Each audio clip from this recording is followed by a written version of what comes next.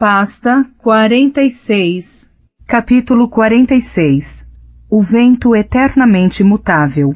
Elodin revelou-se um homem difícil de achar. Tinha um gabinete no Cavos, mas nunca parecia usá-lo. Quando visitei a seção de registros e listas, descobri que ele só lecionava uma matéria, matemática improvável. Mas isso não chegou a ser útil para encontrá-lo, porque de acordo com o registro, o horário da aula era agora, e o local era todos os lugares.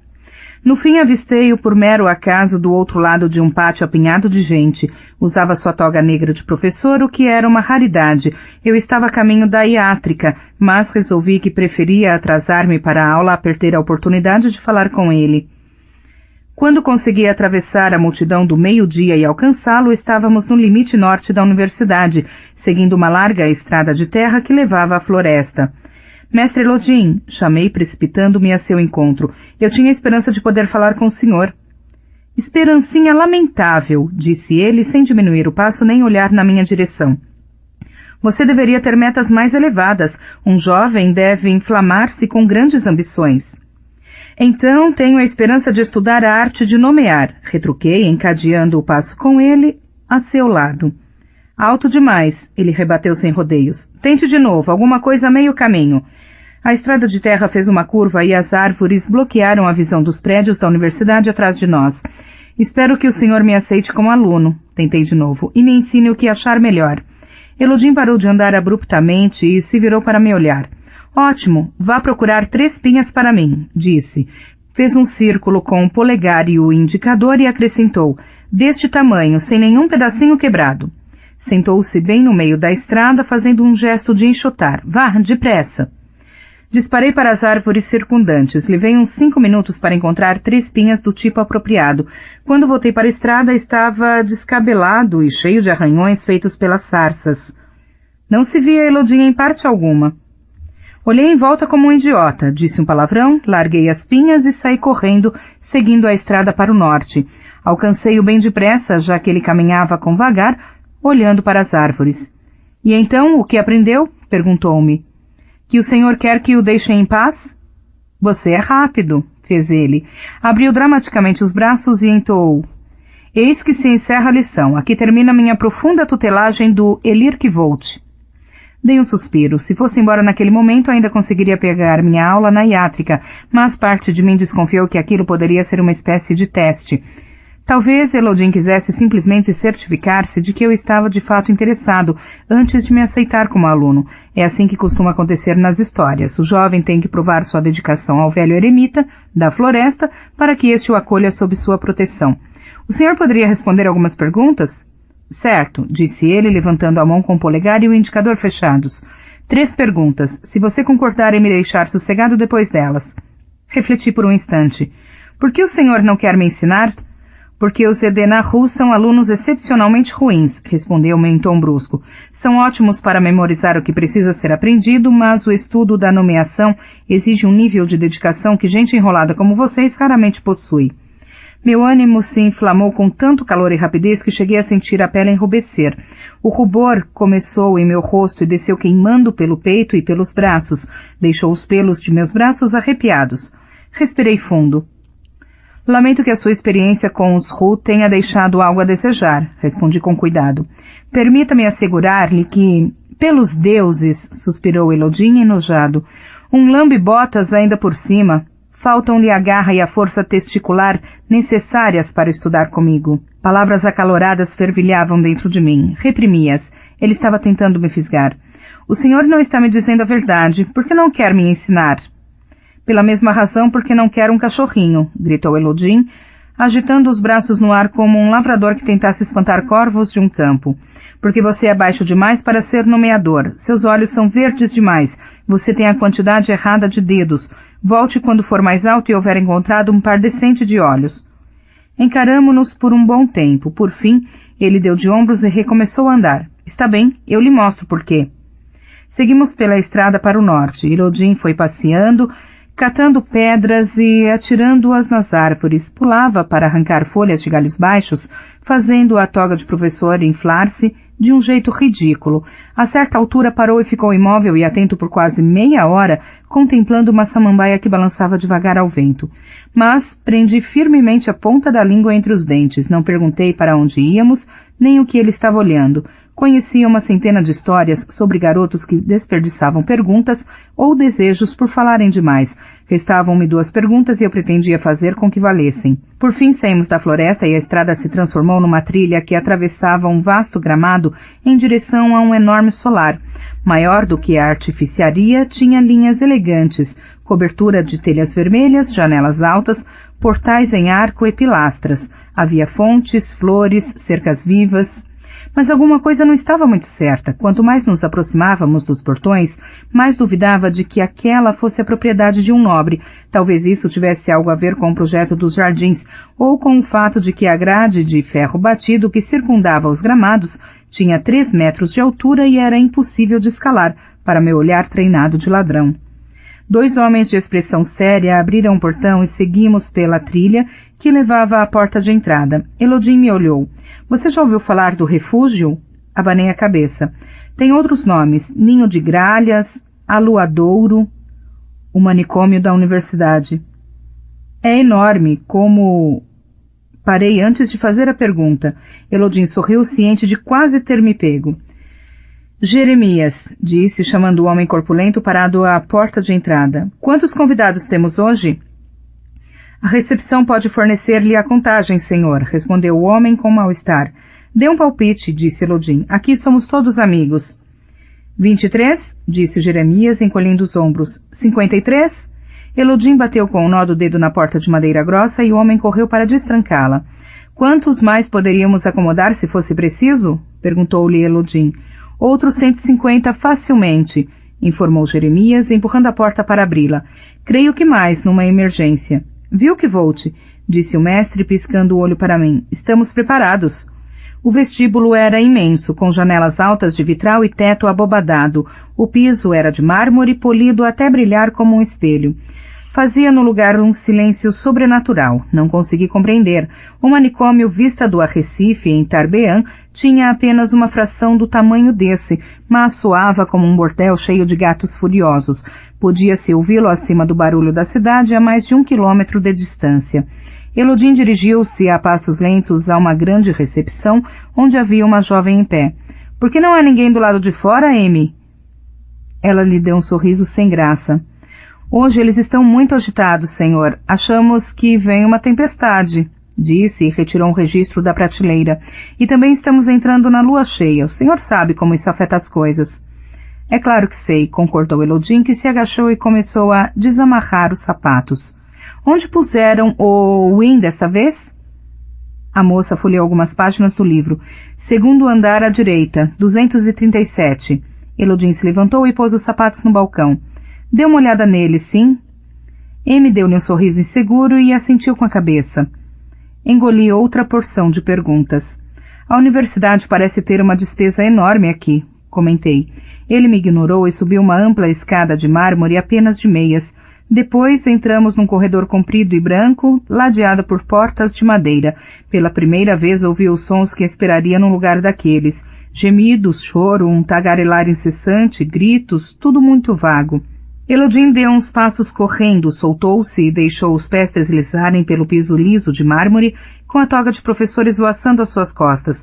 Repetiu o procedimento. Alguns passos ligeiros, depois um deslizar comprido, com os braços abertos para manter o equilíbrio. Continuei caminhando a seu lado. Acho que os professores poderiam encontrar outros usos mais acadêmicos para a verba da universidade. Elodie não me olhou. Passo, passo, passo, passo. Você está tentando me fazer responder a perguntas que não formulou. Deslizar. Não vai funcionar.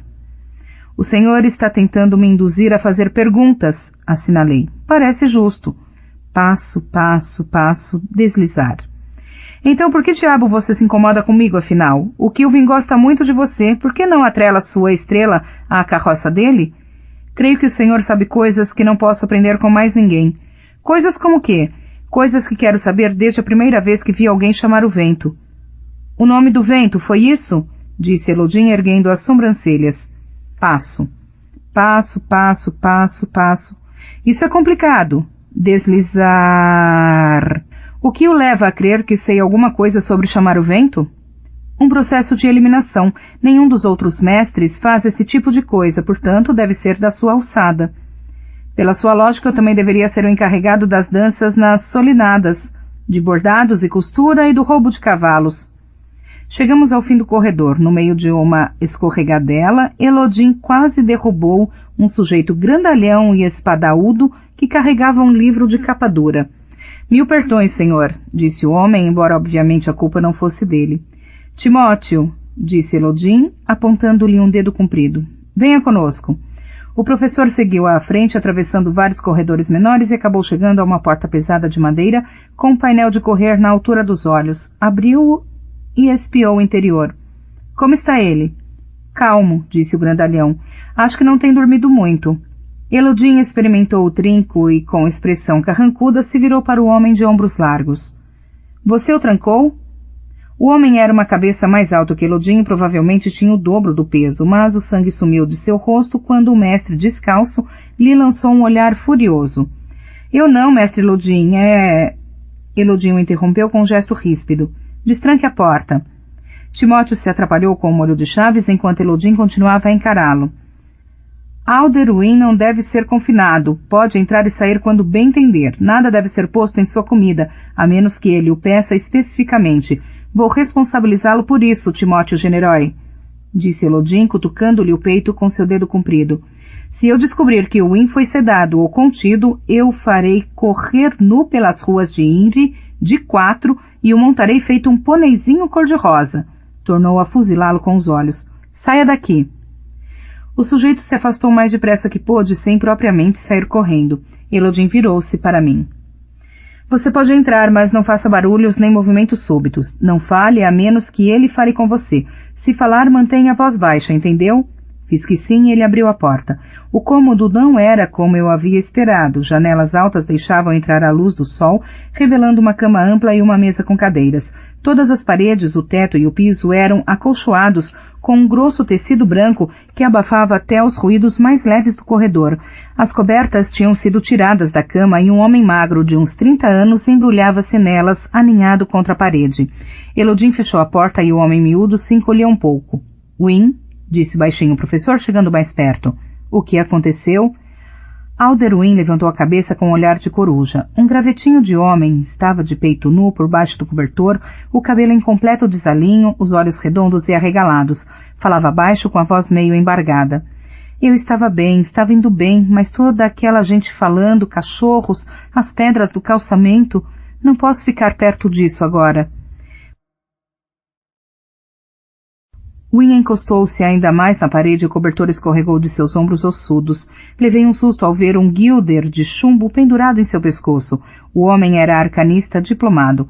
Elodin assentiu com a cabeça. Por que você está no chão? Win olhou para a cama com pânico nos olhos. Vou cair, disse baixinho com a voz entre o pavor e o constrangimento.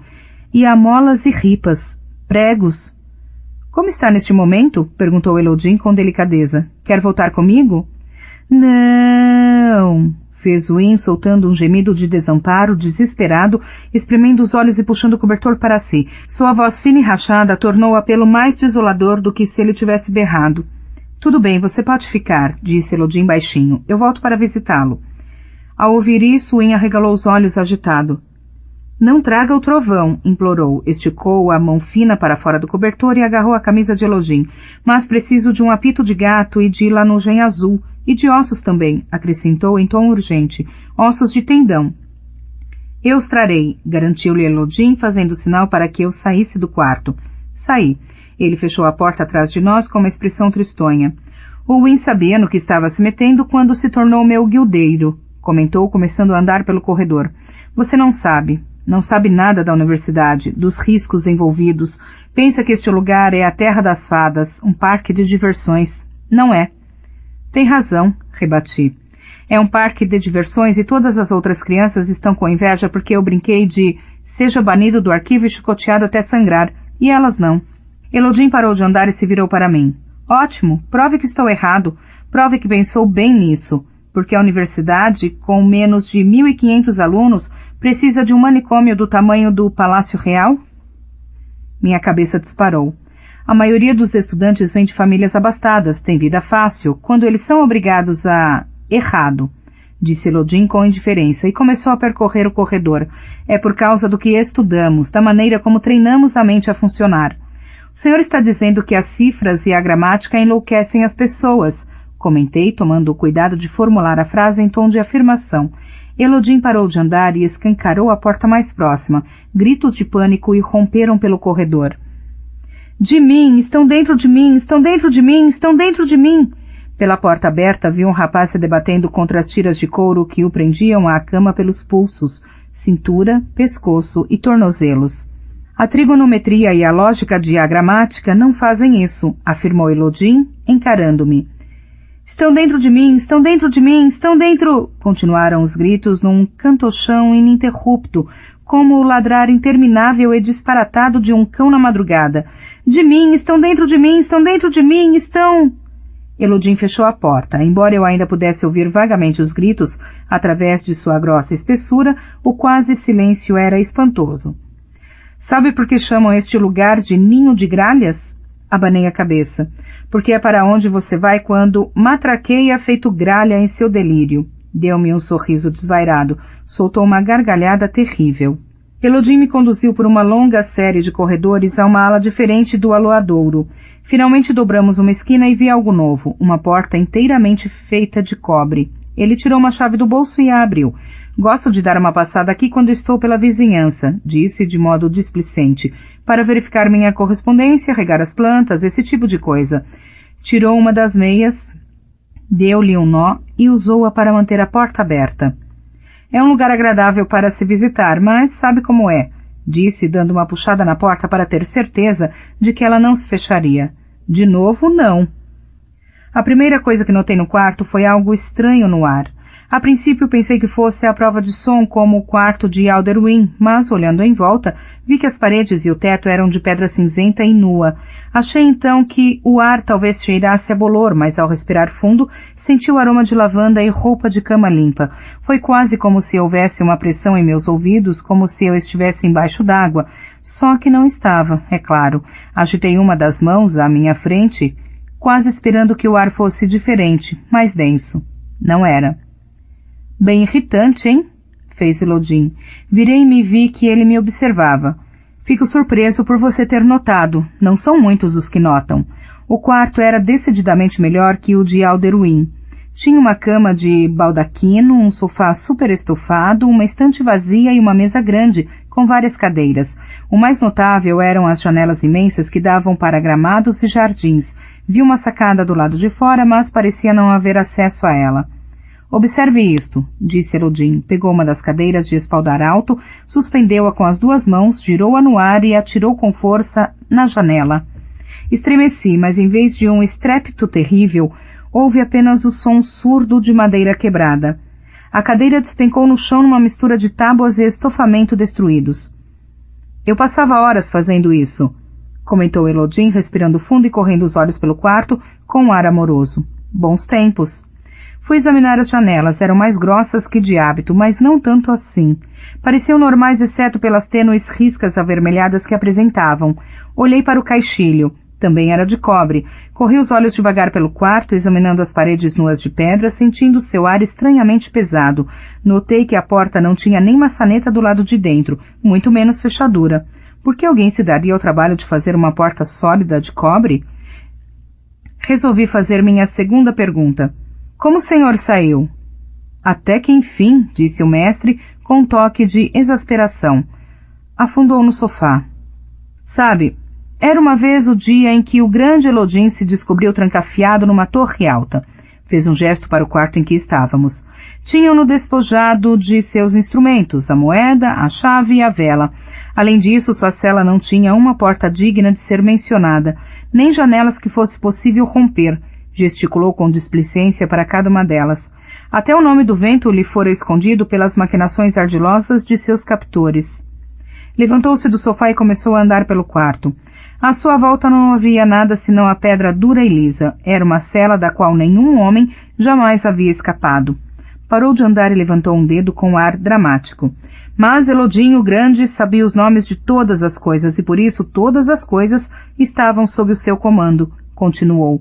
Pôs-se de frente para a parede cinzenta ao lado das janelas e ele disse à pedra: quebra-te. E ela... Sua voz se extinguiu e ele inclinou a cabeça de lado com ar curioso. Espremeu os olhos. Raios me partam, eles a trocaram, disse consigo mesmo, baixinho, aproximando-se da janela e ali colocando uma das mãos. Deixei minha atenção vagar. Will e Sim tinham razão, o homem tinha o miolo mole. Que aconteceria se eu saísse correndo do quarto, soltasse a porta e a deixasse bater? Os outros professores me agradeceriam? Ora, exclamou Elodie de repente rindo, foi quase esperto por parte deles, comentou recuando 2 passos na parede. Se aerbasalien. Vi a parede mover-se. Ondulou-se como um tapete pendurado e sovado com um pau. Depois simplesmente ruiu.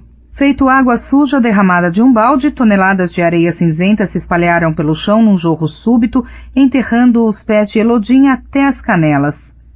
A luz do sol e o canto dos pássaros inundaram o quarto, onde antes houvera 30 centímetros de sólida rocha cinzenta, havia agora um enorme buraco, tão grande que uma carroça poderia cruzá-lo. Mas o buraco não estava completamente desobstruído. Um material verde estendia-se pela abertura. Chegava quase a aparecer uma rede suja e emaranhada, mas era irregular demais para uma rede. Mas parecia uma teia de aranha grossa e esfrangalhada. Isso não estava aí antes, desculpou-se Elodie, soltando os pés da areia cinzenta. Foi muito mais dramático da primeira vez, posso lhe assegurar. Fiquei literalmente parado, perplexo com o que acabara de ver. Aquilo não era simpatia, não era nada que eu já tivesse visto. Só consegui pensar no antigo verso de uma centena de histórias parcialmente recordadas. E o grande Taborlim disse à pedra, quebra-te, e a pedra se quebrou. Elodie arrancou uma perna da cadeira e a usou para bater na rede verde e emaranhada que se estendia pela abertura. Partes dela se quebraram facilmente ou se desfizeram em lascas. Nos pontos em que a rede era mais grossa, ele usou a perna da cadeira como uma alavanca para entortar os pedaços. Nos pontos em que se vergou ou quebrou, a rede cintilou ofuscante à luz do sol. Mais cobre, pensei. Veios de cobre perpassando os blocos de pedra que compunham a parede.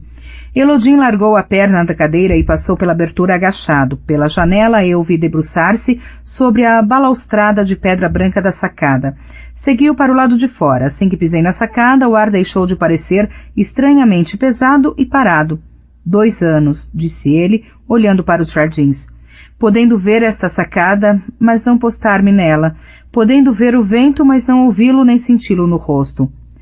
Passou uma de suas pernas pela balaustrada de pedra, sentando-se nela, depois deixou-se escorregar 1 metro e pouco até pisar no pedaço plano de telhado logo abaixo. Andou por ele, afastando-se do prédio. Eu mesmo pulei a balaustrada e o segui até a borda do telhado.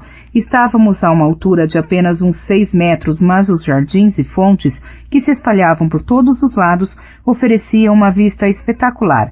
Elodie ficou perigosamente perto da borda, com a toga de professor esvoaçando a seu redor como uma bandeira negra. Pareceu-me muito imponente, na verdade, se a gente se dispusesse a ignorar que ele usava apenas um pé de meia. Fui postar-me junto dele na beira do telhado, sabendo qual teria que ser a minha terceira pergunta. O que tenho de fazer para estudar a arte de nomear sob a sua orientação? Ele me fitou calmamente, avaliando-me. Pule deste telhado. Foi nesse momento que me dei conta de que tudo fora um teste. Elodie estivera me avaliando desde o momento em que nos encontráramos. Sentia um respeito relutante por minha tenacidade e ficara surpreso por eu haver notado algo estranho no ar de seu quarto. Estava prestes a me aceitar como seu aluno, mas precisava de algo mais, de uma prova da minha dedicação, uma demonstração, um salto no escuro, um ato de fé. Parado ali, lembrei-me de um trecho de uma história. E assim Taborlim caiu, mas não se desesperou. É que sabia o nome do vento e por isso o vento lhe obedecia. O vento o aninhou e acariciou. Carregou-o para o chão com a suavidade da brisa ao soprar a lanugem do cardo. Colocou-o de pé com a doçura de um beijo materno. Elodie sabia o nome do vento. Ainda fitá-lo nos olhos, avancei além do beiral do telhado. A expressão dele foi maravilhosa. Eu nunca tinha visto um homem tão atônito. Girei de leve ao cair, de modo que ele continuou na minha linha de visão. Vi-o levantar de leve uma das mãos, como que numa tentativa tardia de me segurar. Senti-me sem peso, como se flutuasse. Depois despenquei no chão, não com suavidade, como uma pluma que pousasse, com força, como um tijolo batendo numa rua de pedra. Caí de costas, com o braço esquerdo embaixo do corpo.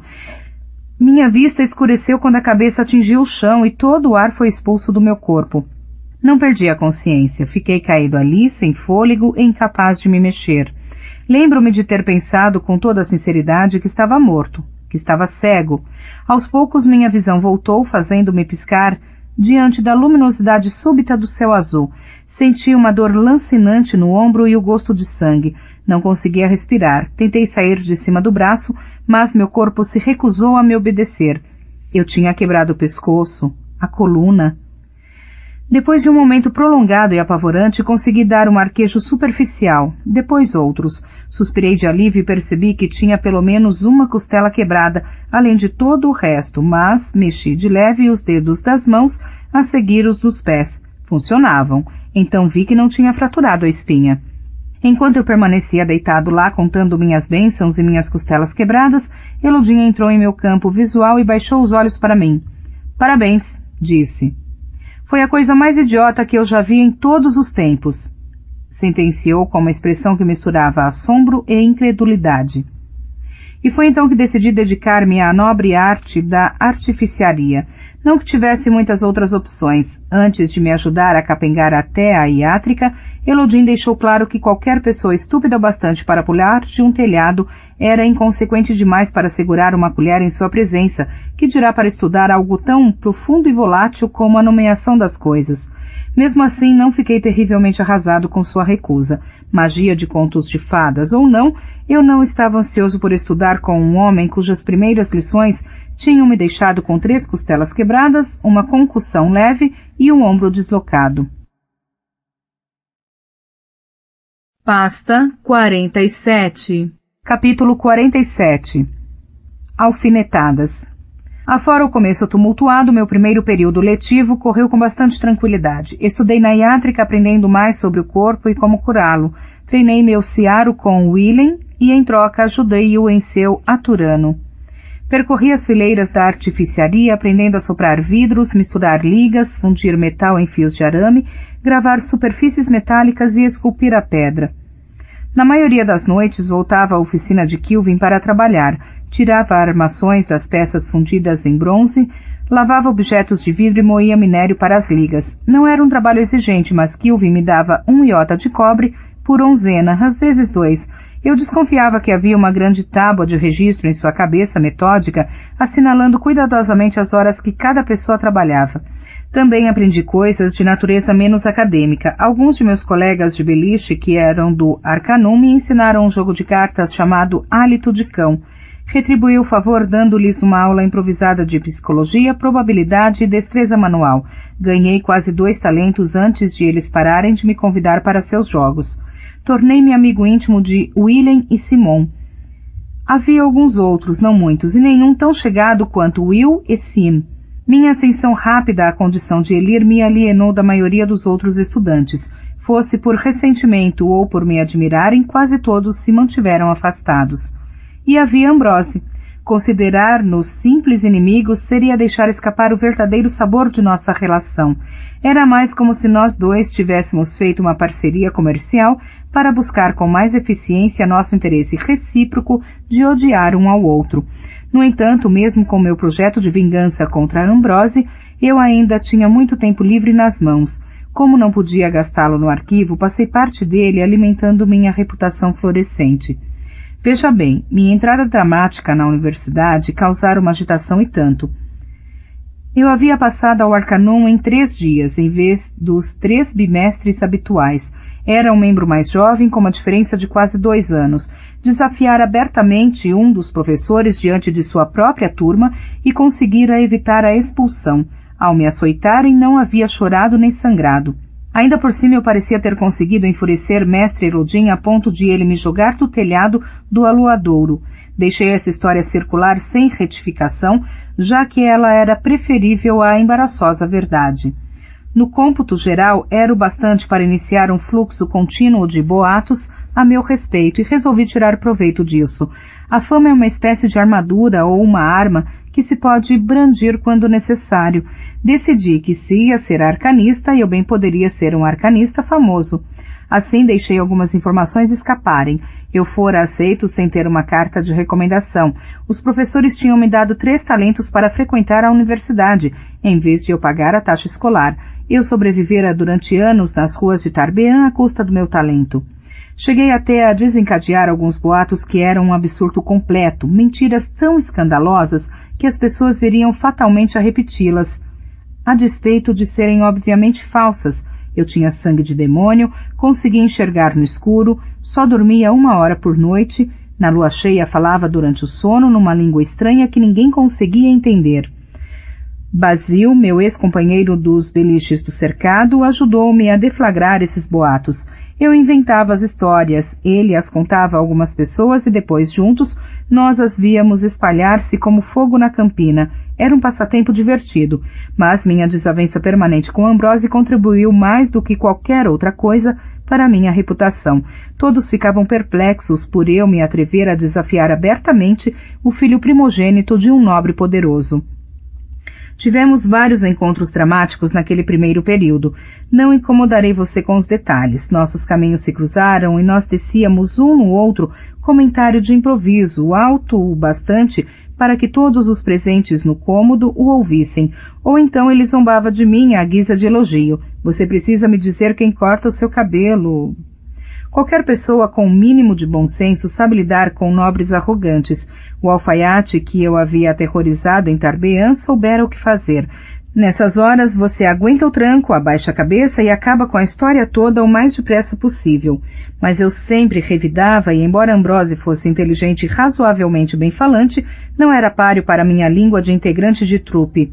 Eu fora criado no palco e minha inteligência afiada de Ru garantia que eu levasse a melhor em nossos diálogos. Mesmo assim, ele continuava a me procurar, feito um cachorro estúpido demais para evitar um porco-espinho. Soltava um desaforo para mim e ia embora com a cara cheia de alfinetadas, e toda vez que nos despedíamos, odiávamos um ao outro um pouquinho mais. As pessoas notavam e no fim do período letivo eu já tinha a fama de uma bravura inconsequente, mas a verdade é que eu era apenas destemido. Há uma diferença, sabe? Em Tarbean eu aprendera a conhecer o verdadeiro medo. Temia a fome, a pneumonia, os guardas com pregos de ferro nas botas, os garotos maiores com facas de vidro de garrafa. Enfrentar Ambrose não exigia nenhuma valentia real de minha parte. Eu simplesmente não conseguia sentir o menor medo dele. Para mim, ele era um palhaço empolado. Eu o considerava inofensivo. Fui um idiota. Pasta 48. Capítulo 48. Interlúdio. Um silêncio de um tipo diferente. Bast permaneceu sentado na pousada Marco do Caminho e tentou manter as mãos imóveis no colo. Havia contado 15 respirações desde a última vez que Kvolt tinha falado, e o silêncio inocente que se acumulara como uma poça transparente ao redor dos 3 homens começava a escurecer, adensando-se num silêncio de outro tipo. Bast respirou fundo mais uma vez, a 16ª, e se preparou para o momento que temia ver chegar. Seria desconhecer o mérito de Bast dizer que ele não tinha medo de nada, já que só os tolos e os sacerdotes nunca temem. Mas a verdade é que pouquíssimas coisas o deixavam nervoso. Lugares altos, por exemplo, não lhe agradavam muito. E os grandes temporais de verão que apareciam nessa área, enegrecendo o céu e arrancando carvalhos de raízes profundas, faziam-no sentir-se incomodamente pequeno e desamparado. No entanto, pensando bem, nada o assustava realmente, nem os temporais, nem as escadas altas, nem mesmo um escrael. Bast era corajoso por ser basicamente destemido. Nada o fazia empalidecer, ou se fazia, ele não ficava pálido por muito tempo. É claro que não gostava da ideia de que alguém o ferisse, de que o perfurasse com ferro afiado ou o marcasse com carvão em brasa, esse tipo de coisa. Mas o simples fato de não gostar da ideia de ver seu sangue jorrando do lado de fora não significava que temesse coisas desse tipo, só não queria que acontecessem. Para temer algo de verdade é preciso pensar nele, e como não havia nada que acossasse dessa forma a mente desperta de Bast, não havia nada que seu coração realmente temesse. Mas o coração pode mudar. 10 anos antes ele havia perdido a força da mão ao trepar numa árvore alta para colher uma fruta para uma moça de quem gostava. Depois de escorregar, passara um longo minuto pendurado de cabeça para baixo, antes de cair. Nesse longo minuto, um pequenino medo criara raízes em seu íntimo e permanecera com ele desde então. Do mesmo modo, Bast havia adquirido um novo medo nos últimos tempos. Um ano antes, era tão destemido quanto qualquer homem sensato poderia ter a esperança de ser, mas agora Bast temia o silêncio. Não o silêncio comum que vinha da simples ausência de coisas se movimentando e fazendo barulho. Ele temia o silêncio profundo e cansado que às vezes envolvia seu amo como uma mortalha invisível. Tornou a respirar, pela 17ª vez. Lutou para não retorcer as mãos enquanto aguardava o silêncio profundo invadir o aposento. Esperou que ele se cristalizasse e mostrasse os dentes nas fímbrias da quietude fria que se havia acumulado na hospedaria. Sabia como ele chegava, feito a geada que sangra no solo hibernal, endurecendo a água cristalina que o degelo precoce deixava nos sulcos das carroças. Mas, antes que Bast pudesse respirar mais uma vez, Kvolt se endireitou na cadeira e fez sinal para que o cronista descansasse a pena. Bast quase chorou ao sentir o silêncio dissipar-se como um pássaro escuro voando sobressaltado. Kvolt soltou um suspiro entre o aborrecimento e a resignação e disse: "Admito, não sei ao certo como abordar a próxima parte da história." Com medo de deixar o silêncio estender-se por tempo demais, Bast propôs: "Por que não falar primeiro do mais importante? Depois poderá voltar atrás e tocar em outras coisas se achar que precisa." "Como se fosse simples assim", disse Kvolt com rispidez. "O que é o mais importante, minha magia ou minha música? Minhas vitórias ou minhas loucuras?" Bast enrubesceu até ficar roxo e morder os lábios. Kvolt soltou a respiração numa bufada repentina. "Desculpe-me, Bast, é um bom conselho, como todos os seus conselhos aparentemente tolos acabam por se revelar." Afastou a cadeira da mesa e continuou: "Mas antes de prosseguirmos, a vida real me convoca para algumas necessidades que já não posso ignorar. Vocês me dão licença por um momento?" O cronista e Bast também se levantaram, esticando as pernas e cuidando dos seus próprios chamados. Bast acendeu os candeeiros, Kvolt trouxe mais queijo, pão e linguiça picante. Todos comeram e houve um pequeno esforço para manter uma conversa educada, mas cada um tinha a cabeça noutro lugar pensando na história. Bast traçou metade de tudo. O cronista comeu uma porção considerável, porém mais modesta. Kvolt deu 1 ou 2 beliscadas antes de recomeçar a falar. "Então vamos em frente. Música e magia. Vitórias e insensatez. Pensem bem, do que é que a nossa história precisa? Que elemento vital está faltando?" "Mulheres, Hash", disse Bast prontamente. "Há uma verdadeira escassez de mulheres." Kvolt sorriu. "Mulheres não, Bast. Uma mulher. A mulher." Olhou para o cronista. "Você já ouviu uma coisa ou outra, não duvido. Vou dizer-lhe a verdade sobre ela, embora tema não ficar à altura do desafio." O cronista apanhou sua pena, mas antes que pudesse molhá-la na tinta, Kvolt levantou a mão. "Deixe-me dizer uma coisa antes de começar. Já contei histórias do passado, pintei quadros com palavras, contei mentiras terríveis e verdades ainda piores. Certa vez toquei as cores para um cego. Passei 7 horas tocando, mas no fim ele disse que conseguia vê-las, o verde, o vermelho e o dourado. Acho que aquilo foi mais fácil do que isto. Tentar fazer com que vocês a entendam sem nada além de palavras. Vocês nunca a viram, nunca ouviram sua voz. Não tem como saber." Kvolt fez um gesto para que o cronista apanhasse a pena. "Mesmo assim vou tentar. Agora ela está nos bastidores, esperando sua deixa. Preparemos o palco para sua chegada." Pasta 49. Capítulo 49. A natureza das coisas selvagens. Como acontece com todas as coisas verdadeiramente selvagens, há que se ter cuidado ao abordá-las. Agir furtivamente é inútil. Os seres impetuosos reconhecem a conduta furtiva pelo que ela é, uma mentira e uma armadilha. Embora as criaturas selvagens possam agir com dissimulação e, assim fazendo, vez por outra até se tornarem presas dela, nunca são realmente pegas por conta disso. Então, com lento cuidado e não de maneira furtiva, devemos abordar o tema de uma certa mulher. Tamanha é sua impetuosidade que temo abordá-la apressadamente, mesmo numa história. Se agir com precipitação, posso assustar até mesmo a ideia dela, impelindo-a a uma fuga repentina.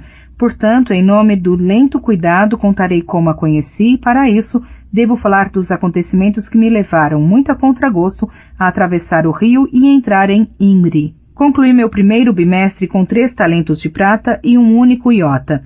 Não fazia muito tempo, isso me pareceria ser todo o dinheiro do mundo. Agora eu apenas esperava que fosse o bastante para as mensalidades de mais um período e um beliche no cercado. A última onzena de cada período na universidade era reservada para os exames de admissão ou promoção. As aulas eram suspensas e os professores passavam várias horas por dia aplicando provas. A taxa escolar cobrada pelo período seguinte baseava-se no desempenho de cada aluno. Um sorteio determinava o dia e a hora em que ele se submeteria ao exame de admissão. Quase tudo dependia dessa breve entrevista. Errar algumas respostas podia facilmente dobrar o valor da taxa. Por isso, prezavam-se muito os horários mais para o final da onzena, já que eles davam aos estudantes mais tempo para estudarem e se prepararem. Havia uma vigorosa negociação dos horários marcados depois de realizado o sorteio. Trocavam-se dinheiro e favores à medida que cada um disputava o horário que mais lhe conviesse. Tive a sorte de pegar um horário no meio da manhã do dia da pira, o último dia dos exames. Se quisesse, poderia tê-lo vendido, mas preferi usar o tempo adicional para estudar. Sabia que meu desempenho teria de ser brilhante, visto que, àquela altura, diversos professores já não estavam tão impressionados comigo. Meu truque anterior de espionagem estava fora de cogitação. Eu tinha descoberto que essa conduta dava margem à expulsão e não podia arriscar. Apesar dos longos dias que passei estudando com Will e Sim, as provas foram difíceis. Respondi sem problemas a muitas perguntas, mas M foi francamente hostil, formulando questões com mais de uma resposta, de modo que nada do que eu respondesse pudesse estar certo. Brander também se mostrou difícil, claramente ajudando M a dar vazão ao seu ressentimento. Lorraine foi indecifrável, porém mais intuí sua desaprovação do que a percebia em seu rosto. Em seguida, inquietei-me enquanto os professores discutiam minha taxa escolar. As vozes foram serenas e baixas no começo, depois ficaram um pouco mais altas. Kilvin acabou por se levantar e sacudir o dedo para M, berrando e esmurrando a mesa com a outra mão. M manteve uma compostura maior do que eu teria conseguido se tivesse de enfrentar quase 130 quilos de um artífice furioso aos gritos. Depois que o reitor conseguiu recobrar o controle da situação, fui convidado a me aproximar e me entregar o meu recibo. Elirk Volt, período de verão, taxa 3 tal, 9 it, 7 fe. 8 iotas além do que eu tinha. Ao sair do prédio dos professores, ignorei a sensação de vazio na boca do estômago e procurei pensar no modo de conseguir pôr as mãos em mais dinheiro até às 12 horas do dia seguinte. Dei uma rápida passada por 2 cambistas ceáldicos do lado de cá do rio. Como eu suspeitava, recusaram-se a me emprestar até mesmo um fino guza. Embora isso não me surpreendesse, foi uma experiência cauteladora que mais uma vez me lembrou como eu era diferente dos outros estudantes. Eles tinham família para pagar suas taxas escolares e lhes dar mesadas para cobrir as despesas cotidianas. Tinham sobrenomes bem conceituados, com os quais podiam obter empréstimos numa situação de emergência. Possuíam bens que podiam empenhar ou vender, e se ocorresse o pior, tinham lares para onde voltar. Eu não tinha nenhuma dessas coisas. Se não conseguisse arranjar mais 8 iotas para a taxa escolar, não haveria nenhum lugar no mundo para onde pudesse ir. Tomar empréstimo de um amigo parecia a alternativa mais simples, porém eu valorizava demais meu punhado de amigos para me arriscar a perdê-los por dinheiro. Como dizia meu pai, há 2 modos certeiros de perder um amigo. Um é pedir empréstimos, outro é concedê-los. Além disso, eu fazia o possível para guardar segredo de minha pobreza aflitiva. O orgulho é uma tolice, mas é uma força poderosa. Eu só lhes pediria dinheiro como ultimíssimo recurso. Considerei brevemente a ideia de afaná-lo, mas vi que era ruim. Se fosse apanhado com a mão no bolso de alguém, eu levaria mais do que um cachação. Na melhor das hipóteses, seria preso e forçado a enfrentar a lei férrea. Na pior, acabaria diante do chifre e expulso por conduta imprópria para um membro do Arcanum. Não podia correr esse risco. Eu precisava de um usurário, um daqueles homens perigosos que emprestam dinheiro a pessoas desesperadas. Talvez você tenha ouvido referências românticas a eles, como gaviões do cobre, porém o mais comum era serem chamados de raspaguzas ou futres. Qualquer que fosse o nome, eles existiam em todo lugar. O difícil era achá-los. Tendiam a ser muito sigilosos, já que seu ramo de negócios era, na melhor das hipóteses, semi-legal. Mas a vida em Tarbeã me ensinara uma ou duas coisinhas. Passei umas 2 horas visitando as tabernas mais fuleiras nas imediações da universidade, puxando conversas informais, fazendo perguntas como quem não quer nada. Depois visitei uma loja de penhores chamada Vintém Torto e fiz perguntas mais incisivas. Acabei descobrindo aonde precisava ir, ao outro lado do rio, em Imri. Pasta 50. Capítulo 50. Negociações. Imri localizava-se a pouco menos de 4 quilômetros da universidade, no lado leste do rio Ometi. Como ficava a apenas 2 dias de viagem de Tarbeã, num coche rápido, inúmeros nobres ricos, políticos e homens da corte construíam suas casas lá. Era convenientemente próxima do centro de governo da República e, ao mesmo tempo, situava-se a uma distância confortável do cheiro de peixe podre, piche quente e vômito de marinheiros bêbados. Era um refúgio para as artes. Havia músicos, dramaturgos, escultores, dançarinos e praticantes de uma centena de outras artes menores, inclusive a mais humilde de todas, a poesia. Os artistas iam para lá porque a cidade oferecia aquilo de que todos mais precisavam, um público apreciador e abastado. Imri também se beneficiava da proximidade da universidade. O acesso ao sistema de canalização e a lâmpadas de simpatia melhorava a qualidade do ar local. Era fácil obter vidro de ótima qualidade, por isso janelas e espelhos eram comuns. Óculos e outras lentes polidas, apesar de caros, eram prontamente encontrados. Apesar disso, havia pouca afeição entre as duas cidades. A maioria dos cidadãos de Imri não gostava da ideia de centenas de cabeças mexendo com forças sinistras que mais valeria deixar em paz. Ao ouvir a fala do cidadão comum, era fácil esquecer que fazia quase 300 anos que essa parte do mundo não via um arcanista arder na fogueira. Para ser justo, convém mencionar que a universidade também nutria um vago desprezo pelo populacho de Imri, que era tido como comodista e decadente. As artes tão altamente apreciadas no local eram vistas como frívolas pelos integrantes da universidade. Era comum dizer-se que os alunos que a abandonavam tinham atravessado o rio, e isso significava que mentes fracas demais para o mundo acadêmico tinham que se resignar a improvisar com as artes. E os dois lados do rio, em última instância, eram hipócritas. Os estudantes universitários se queixavam dos músicos frívolos e dos atores canastrões, depois faziam fila para comprar os ingressos dos espetáculos. A população de Imri reclamava de haver artes antinaturais sendo praticadas a menos de 4 quilômetros de distância, mas quando um aqueduto ruía ou alguém adoecia repentinamente, corria a chamar engenheiros e médicos formados na universidade.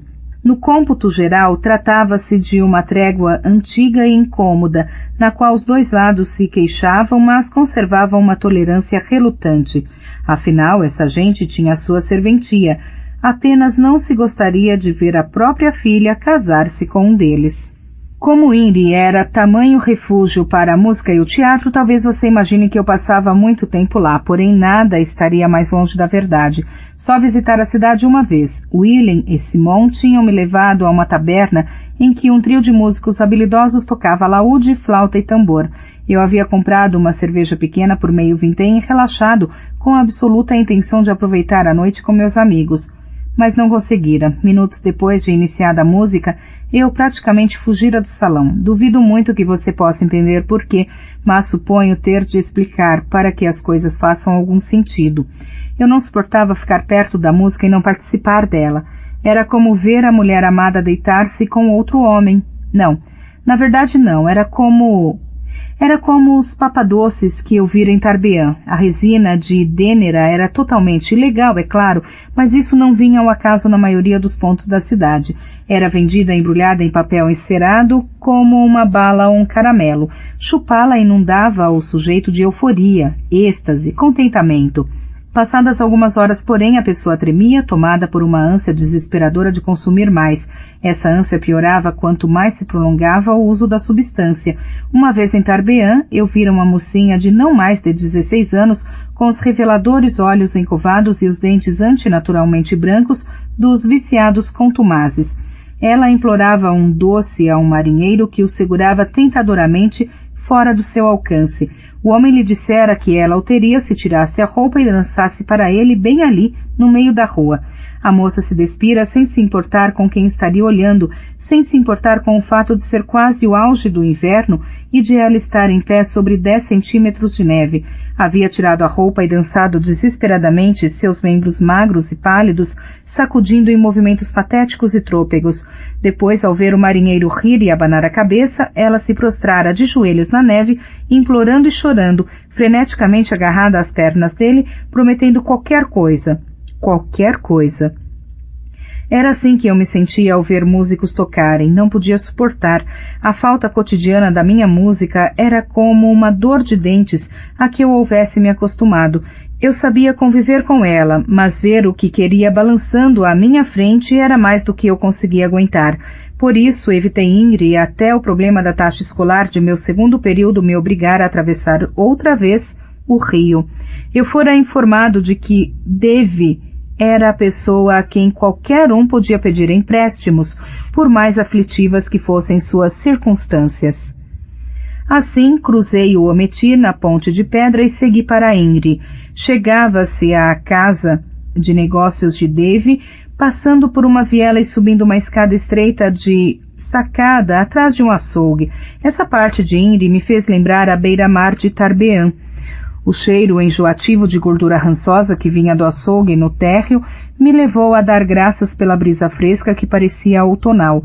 Hesitei diante da porta pesada que dava para a viela. Estava prestes a me envolver num negócio perigoso. Um agiota Cealdo poderia levar a pessoa aos tribunais se ela não pagasse o empréstimo. Um usurário simplesmente mandaria espancá-la ou assaltá-la ou as duas coisas. Não era sensato, eu estava brincando com fogo. Mas não tinha nenhuma opção melhor. Respirei fundo, empertiguei os ombros e bati a porta.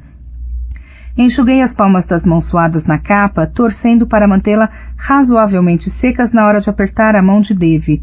Em Tarbean, eu aprendera que a melhor maneira de lidar com esse tipo de gente era agir com ar confiante e seguro. O negócio deles era tirar proveito da fraqueza alheia. Ouvi o som de uma tranca pesada sendo levantada e a porta se abriu, revelando uma moça de cabelo liso, louro avermelhado, que emoldurava um rosto de fada. Ela sorriu para mim, linda como um botão em flor. Pois não? Estou procurando Devi. Já a encontrou, disse a jovem descontraída. Vamos entrando. Entrei e ela fechou a porta, repondo a tranca de ferro no lugar. O cômodo não tinha janelas, mas era bem iluminado e recendia a alfazema, o que era uma mudança bem-vinda comparada ao cheiro da viela. Havia tapeçarias nas paredes, mas a única mobília de verdade compunha-se de uma escrivaninha pequena, uma estante de livros e uma grande cama de baldaquino com as cortinas cerradas. Sente-se, por favor, disse a moça, apontando para a escrivaninha. Instalou-se atrás dela e cruzou as mãos sobre o tampo. Seu jeito de se portar me fez reconsiderar sua idade.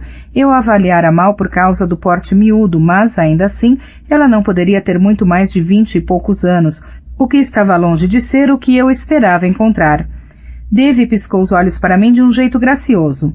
Preciso de um empréstimo, informei. Que tal seu nome primeiro? Ela sorriu. Você já sabe o meu. Kivolt. É mesmo? Fez ela arqueando uma sobrancelha. Ouvi umas coisas a seu respeito, comentou, olhando-me de cima para baixo. Pensei que fosse mais alto. Eu poderia dizer o mesmo. Fui apanhado de surpresa pela situação. Tinha me preparado para um brutamontes musculoso e para negociações repletas de ameaças e bravatas mal disfarçadas. Não sabia como lidar com aquela mocinha risonha de ar desamparado. O que você ouviu? Perguntei para preencher o silêncio. Nada de mal, espero. Coisas boas e ruins, porém nada entediante. Tornou a sorrir. Cruzei as mãos para não ficar me remexendo. E como vamos fazer isso exatamente?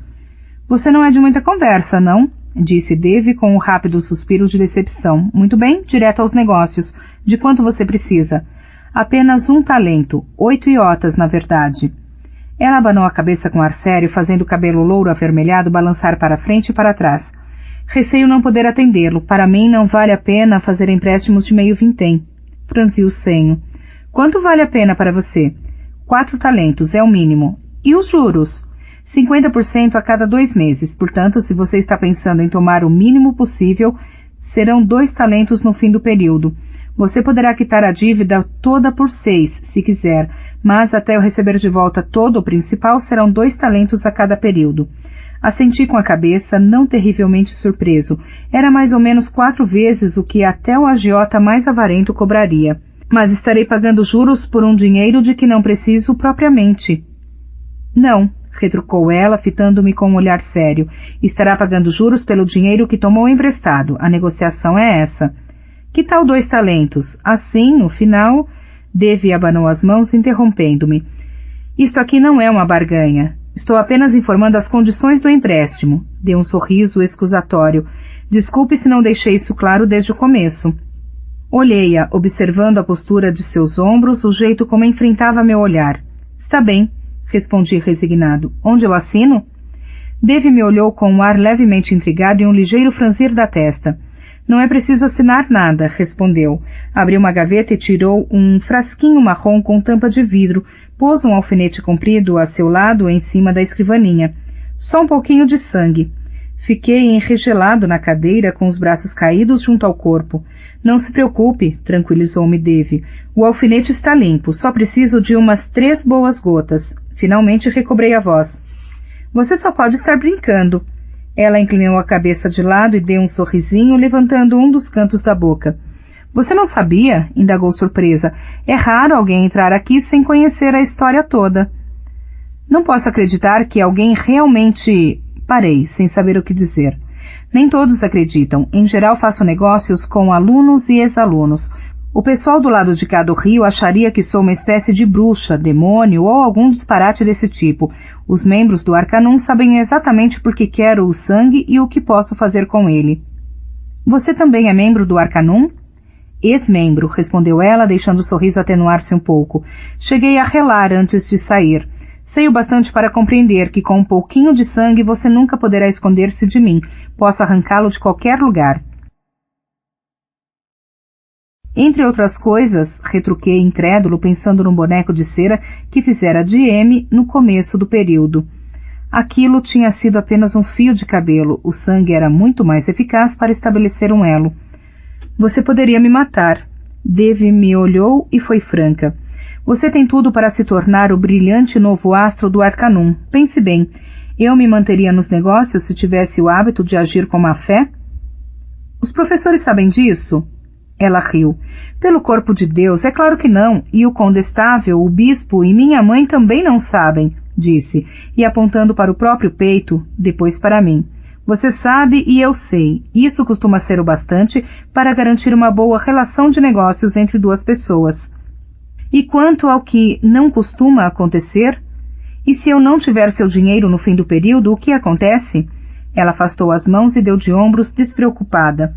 Neste caso, combinaremos alguma coisa entre nós, como pessoas racionais. Talvez você trabalhe para mim, revelando segredos, fazendo favores. Sorriu, dando-me uma olhada lasciva e lenta, achando graça de meu embaraço. Se acontecer o pior e você acabar sendo extraordinariamente imprestável, é provável que eu possa vender seu sangue a alguém para recuperar meu prejuízo. Todo mundo tem inimigos, acrescentou com um dar de ombros descontraído, mas nunca precisei descer a esse nível. Em geral, a ameaça é o bastante para manter as pessoas na linha. Dave observou a expressão do meu rosto e arriou um pouco os ombros. Ora, vamos, disse com ar gentil. Você chegou aqui na expectativa de encontrar um usurário de pescoço grosso e uma porção de cicatrizes nos punhos.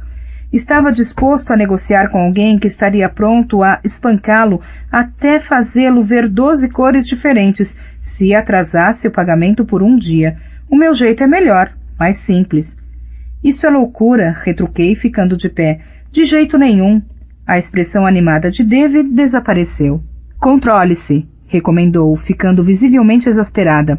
Você está se portando como um lavrador, pensando que eu quero comprar sua alma. É só um pouco de sangue para eu poder controlar seu paradeiro. É uma espécie de garantia. Fez um gesto tranquilizador com as 2 mãos, como se alisasse o ar. Certo, façamos o seguinte. Eu deixo pegar emprestada a metade do mínimo. Olhou para mim com expectativa.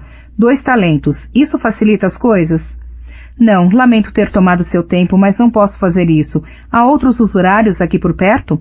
É claro, respondeu Dave friamente, mas não me sinto particularmente inclinada a fornecer esse tipo de informação. Inclinou a cabeça com ar inquisitivo. A propósito, hoje é dia da pira, não é? Você não precisa do dinheiro da taxa até o meio-dia de amanhã? Nesse caso, acharei os usurários sozinho, afirmei, ignorando a pergunta. Tenho certeza de que achará, sendo o menino inteligente que é, disse Dave, despachando-me com o dorso da mão. Fique à vontade para se retirar e tenha bons pensamentos sobre a Dave daqui a 2 meses, quando um brutamontes estiver arrancando a pontapés os dentes dessa sua linda boquinha. Depois de sair da casa de Dave, andei pelas ruas de Inri, nervoso e irritado, tentando pôr as ideias em ordem, tentando pensar no modo de contornar meu problema.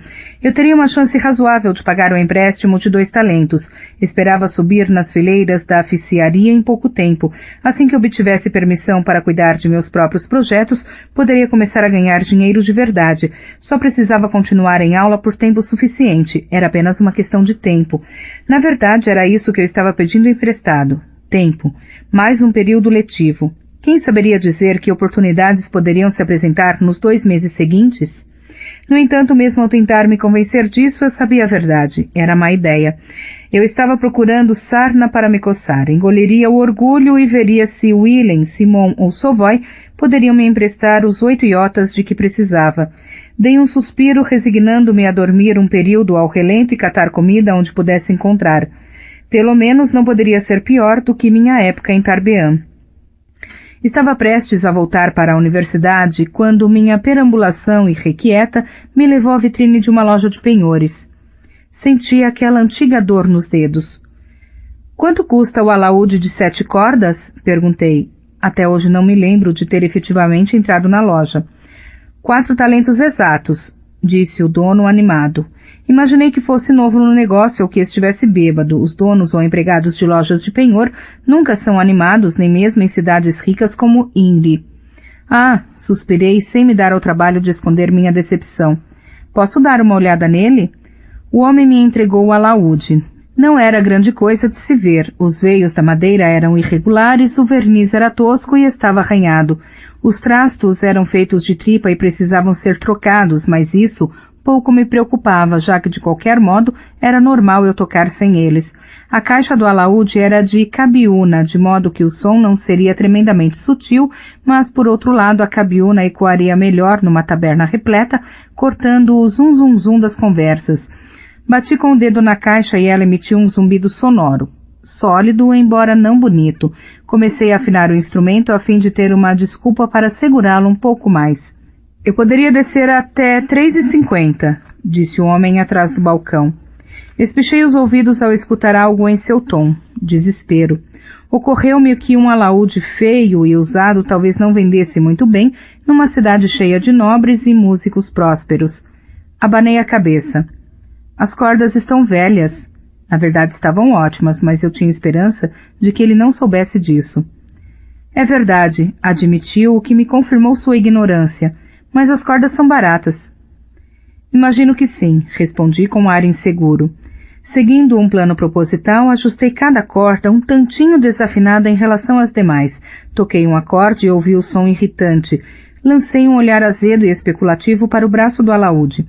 Parece que o braço está rachado, comentei, dedilhando um acorde menor que soou ainda menos agradável. Isso não lhe parece um som de junco rachado? E tornei a dedilhar com mais força.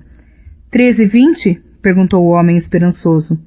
Não é para mim, respondi como se o corrigisse. É para meu irmão caçula.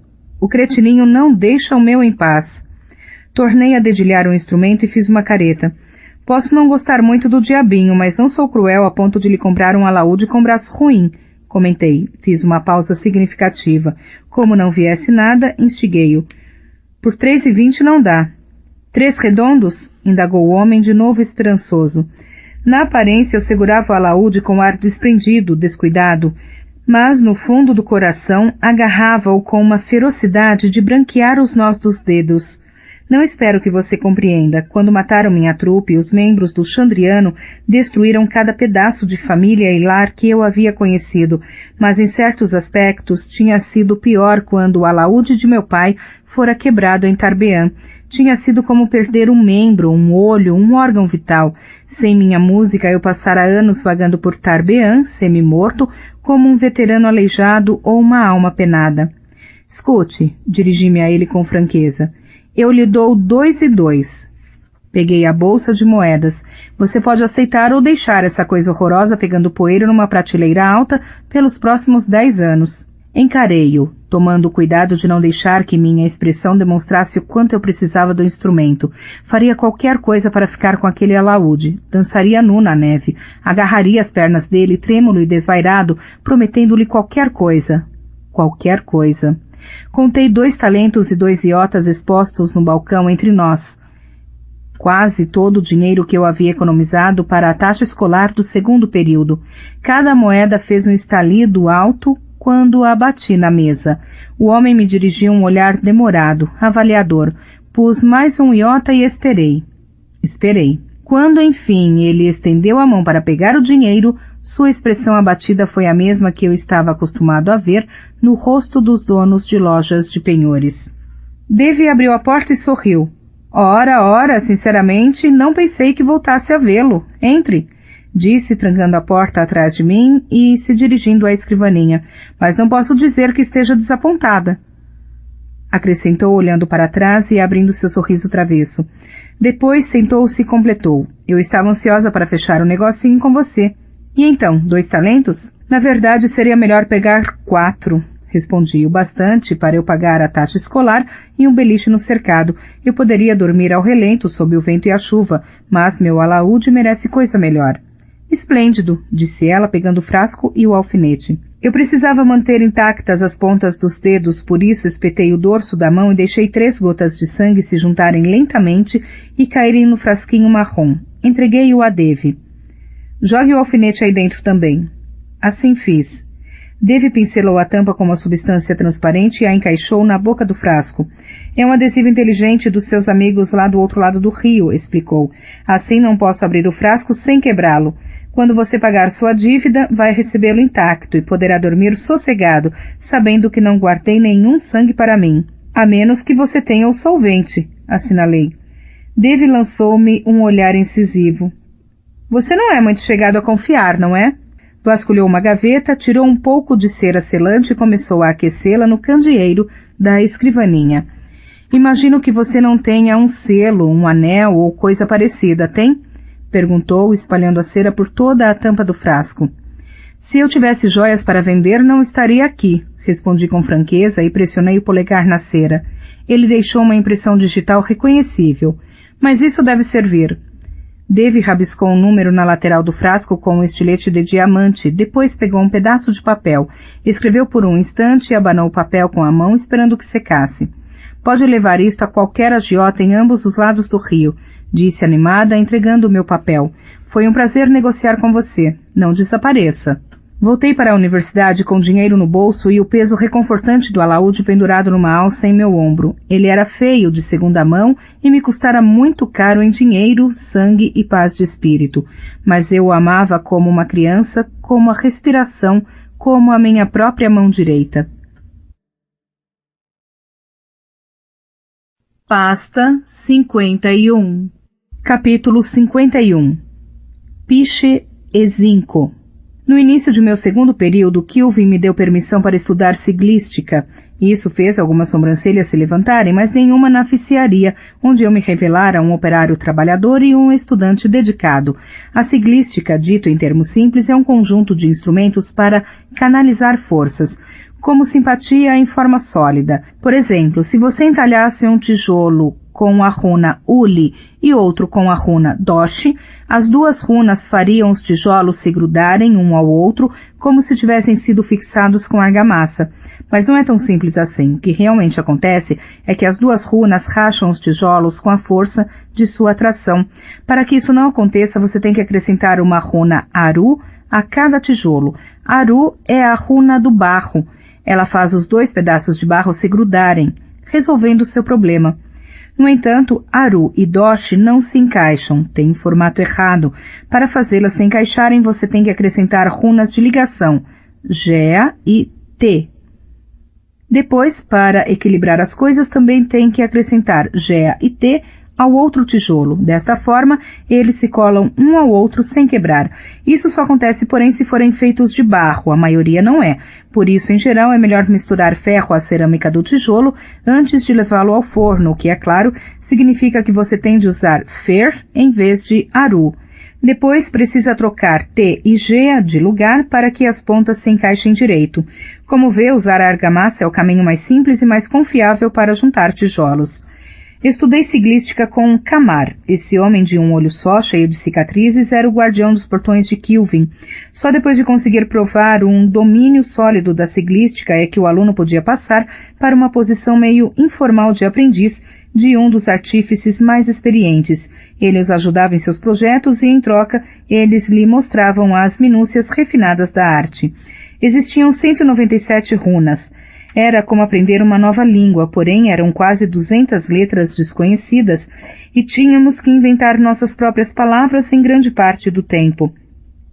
A maioria dos alunos fazia pelo menos um mês de estudos antes de Kamar considerá-los aptos a seguir adiante. Alguns levavam um bimestre inteiro. Do começo ao fim, precisei de 7 dias. Como? Primeiro estava motivado, outros alunos podiam se dar ao luxo de passear com indolência por seus estudos. Seus pais ou padrinhos arcavam com as despesas.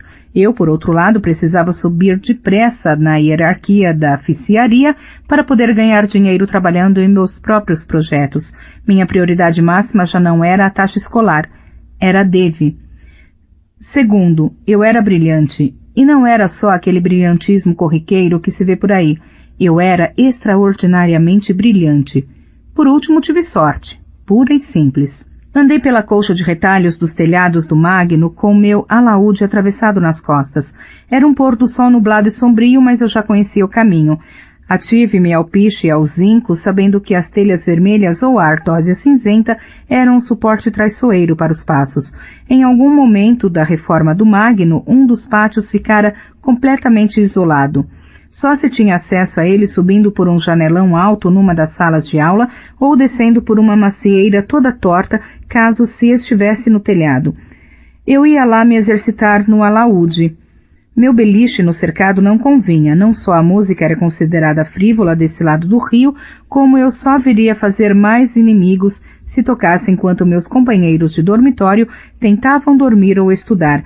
Por isso ia para esse lugar. Era perfeito, ermo e praticamente à minha porta. As cercas cresciam ao acaso e o gramado era um tumulto de ervas daninhas e plantas em flor.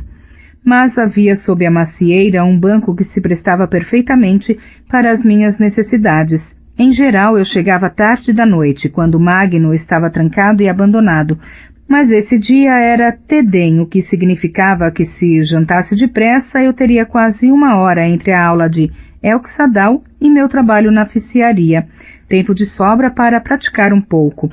Nesse entardecer, porém, quando cheguei ao pátio, vi luzes pelas janelas. A aula de Brander estava atrasada.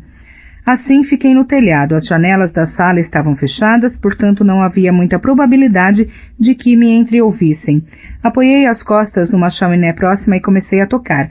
Passados uns 10 minutos as luzes se apagaram, mas resolvi ficar onde estava em vez de perder tempo para acender. Estava a meio caminho de Tim dos 10 Barris, quando o sol espiou por trás das nuvens. Uma luz dourada cobriu o telhado e se derramou por sua borda sobre uma faixa estreita do pátio, lá embaixo.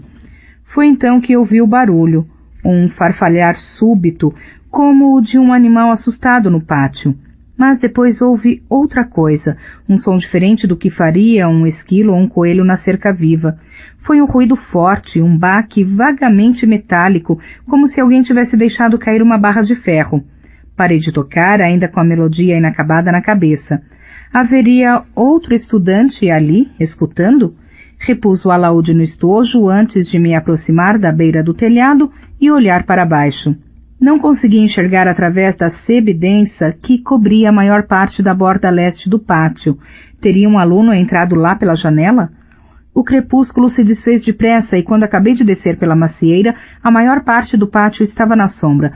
Dali pude ver que a janela alta estava fechada, ninguém tinha entrado por ela. Embora estivesse escurecendo depressa, a curiosidade venceu a cautela e entrei na sebe. Havia muito espaço nela. Partes da cerca-viva eram quase ocas, uma concha verde de ramos que deixava espaço suficiente para uma pessoa se agachar à vontade. Registrei mentalmente o local como um bom pouso para dormir, caso eu não tivesse dinheiro suficiente para um beliche no cercado no período letivo seguinte. Mesmo à luz esmaecente, vi que eu era a única pessoa ali. Não havia espaço para que nada maior do que um coelho se escondesse. Na penumbra também não conseguia avistar nada que pudesse ter introduzido o ruído metálico. Cantarolando o refrão de Tim dos 10 Barris, muito fácil de gravar, rastejei até o outro extremo da sebe. Só ao chegar ao outro lado notei a tampa gradeada do bueiro. Já vira outras parecidas espalhadas pela universidade, mas essa era mais antiga e maior. Na verdade, a abertura talvez fosse grande o bastante para dar passagem a uma pessoa se a grade fosse retirada. Hesitante, enrosquei a mão numa das barras frias de metal e puxei. A grade pesada girou numa dobradiça e subiu meio palmo antes de parar. À luz tênue eu não soube dizer por que não subia mais. Puxei com mais força, porém não consegui fazê-la se mexer. Por fim desisti e a repus no lugar. Ela fez um barulho forte, vagamente metálico, como se alguém tivesse deixado cair uma barra de ferro. Então meus dedos apalparam algo que tinha escapado a meus olhos, uma confusão de sulcos gravados na superfície das barras. Olhei mais de perto e reconheci algumas das runas que vinha estudando com Camar, Ule e Dosh. Veio-me então um estalo. O refrão de Tim dos 10 Barris se encaixou de repente com as runas que eu andara estudando nos últimos dias, sob a orientação de Camar. Ule e Dosh são para vincular, Re para buscar, Kel para encontrar, Gea é a chave, T uma tranca, Pezim a água, Rezim a rocha. Antes que eu pudesse continuar, soou o sexto sino.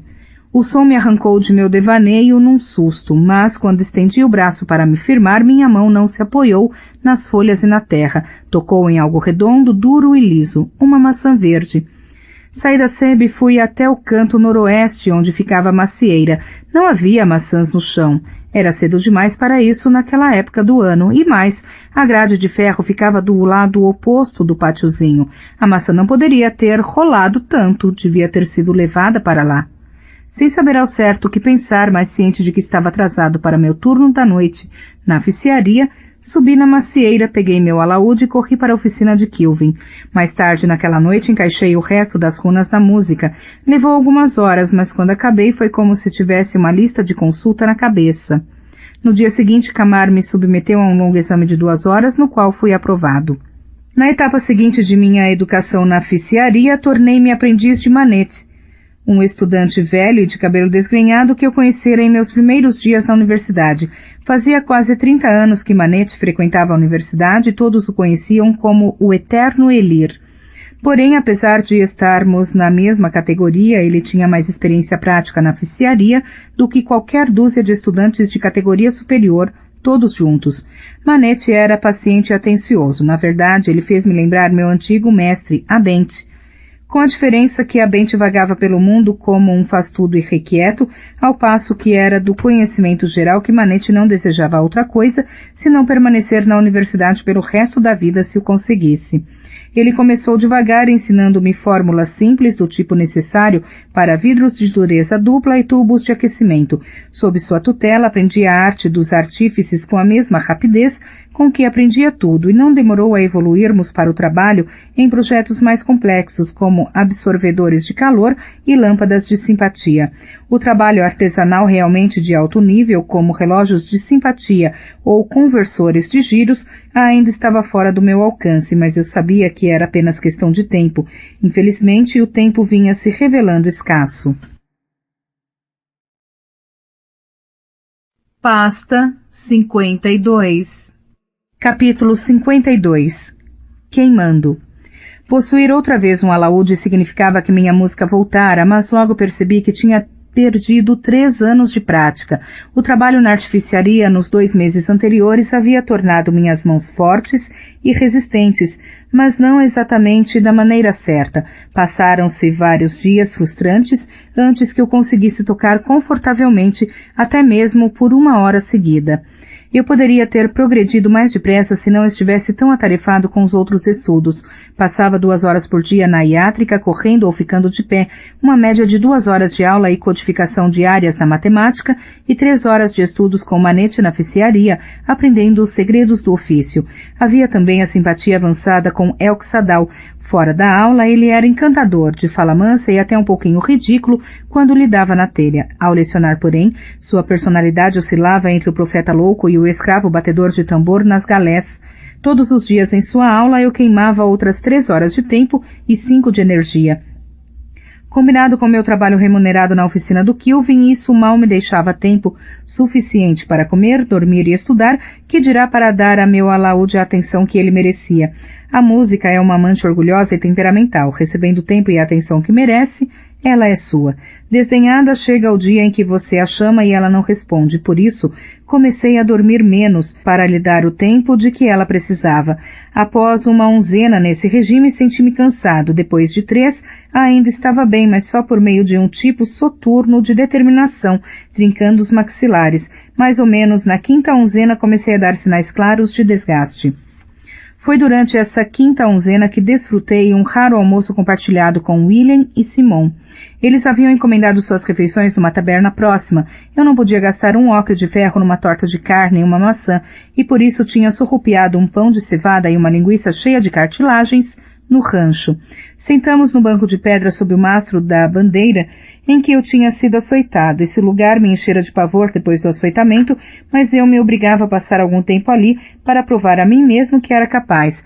Depois que ele parara de me deixar tenso, eu me sentava lá porque os olhares dos estudantes me divertiam.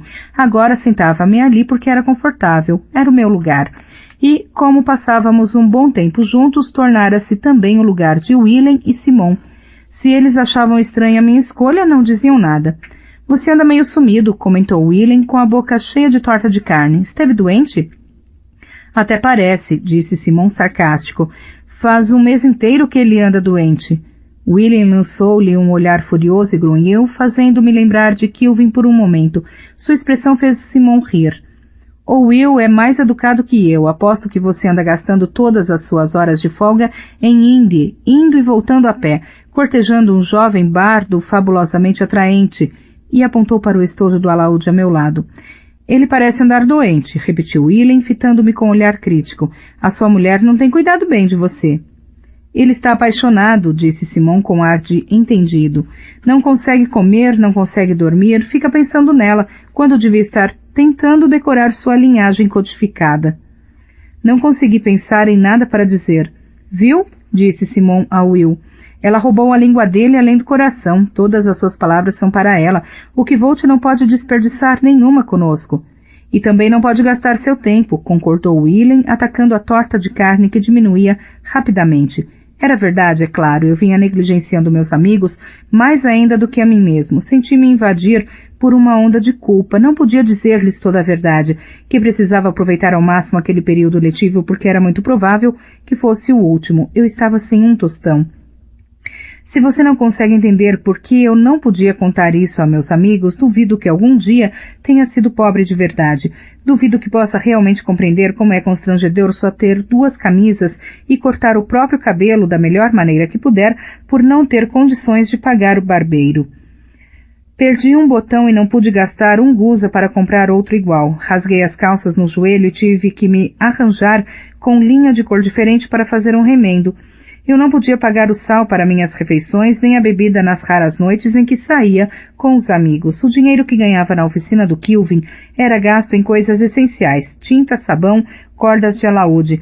A única outra coisa que eu podia me dar ao luxo de ter era orgulho. Não suportava a ideia de que meus 2 melhores amigos soubessem como era desesperada a minha situação. Se tivesse uma sorte extraordinária, talvez conseguisse juntar 2 talentos para pagar os juros de minha dívida a Devi. Mas seria preciso um ato direto de Deus para que, de algum modo, eu reunisse dinheiro suficiente para pagar isso e também a taxa escolar do período letivo seguinte. Depois que fosse obrigado a sair da universidade e quitasse minha dívida com Devi, eu não sabia o que iria fazer. Levantar acampamento e partir para Annelen à procura de Dena, talvez. Olhei para os 2 sem saber o que dizer. Will, Simon, desculpem. É só que tenho andado muito ocupado ultimamente. Simon ficou um pouco mais sério e percebi que estava sinceramente magoado com minha ausência inexplicável. Nós também andamos ocupados, sabe? Tenho aulas de retórica e química e estou aprendendo Ciaro, disse. Virou-se para Will e fechou a cara. Você precisa saber que estou começando a detestar a sua língua, seu cretino ordinário. Tu Kralin, respondeu amavelmente o jovem Cealdo. Simon tornou a se virar para mim e falou com uma franqueza admirável. É só que a gente gostaria de vê-lo mais de uma vez a cada não sei quantos dias, quando você corre do Magno para a oficiaria. As garotas são maravilhosas, admito, mas quando uma delas afasta um amigo meu, fico meio enciumado. Deu um sorriso luminoso e repentino.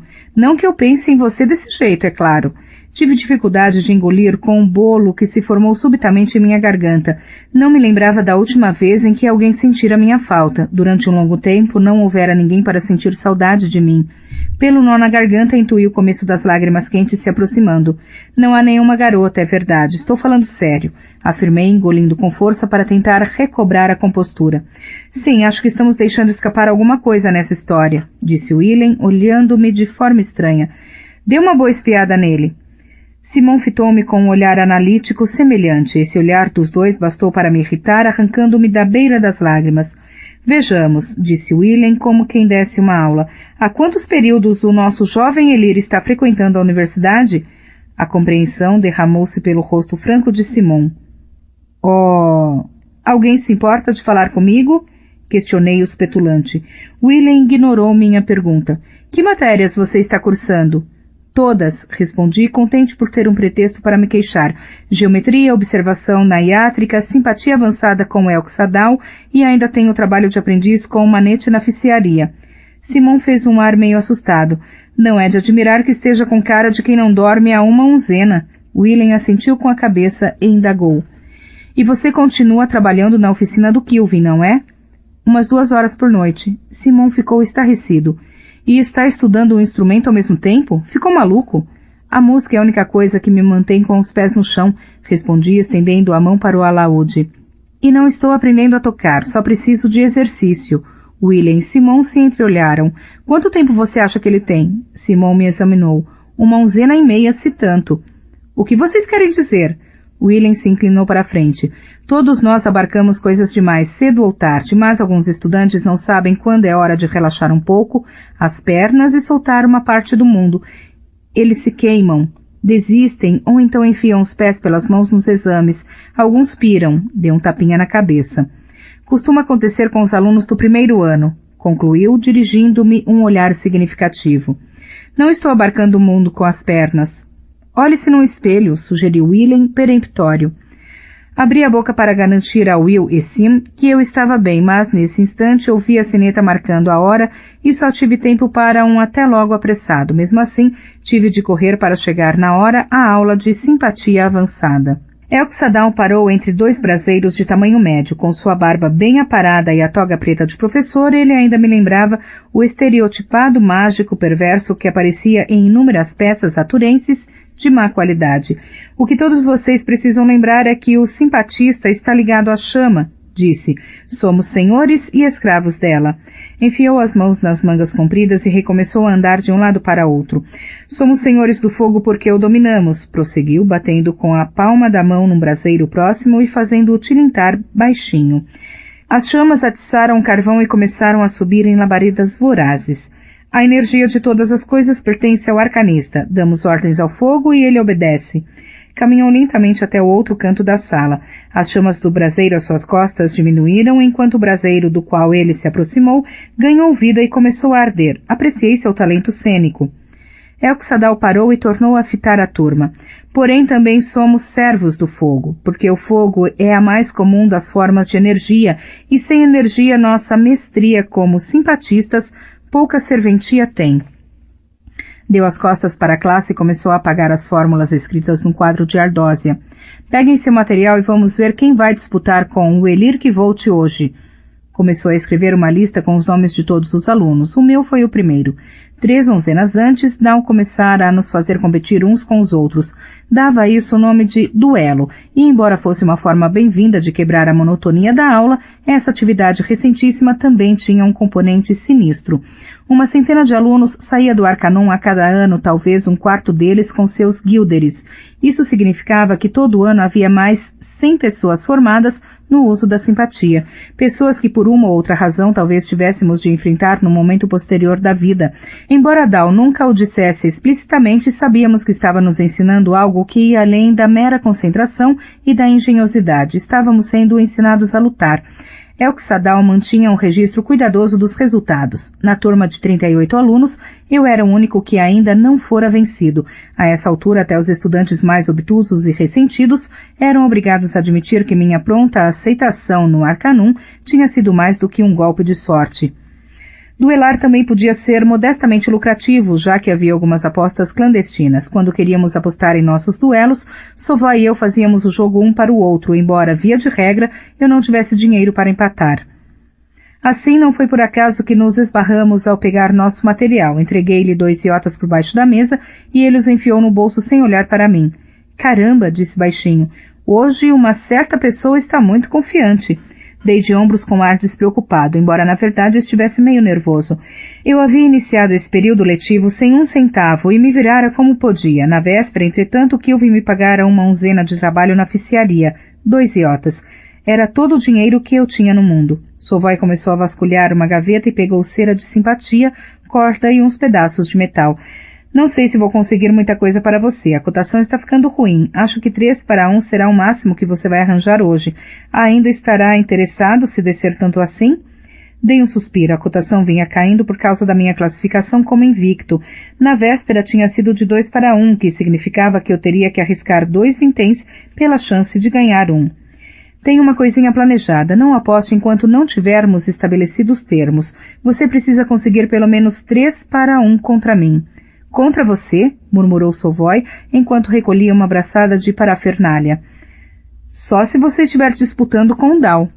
Desviei o rosto para esconder um rubor levemente embaraçado diante desse elogio. Dal bateu palmas e todos se apressaram a ocupar seus lugares apropriados. Fiz par com um garoto vintasiano chamado Fenton. Ele estava uma posição atrás de mim na classificação da turma. Eu respeitava como um dos poucos da classe que seriam capazes de representar um desafio real para mim na situação certa. Muito bem, disse Elxadal,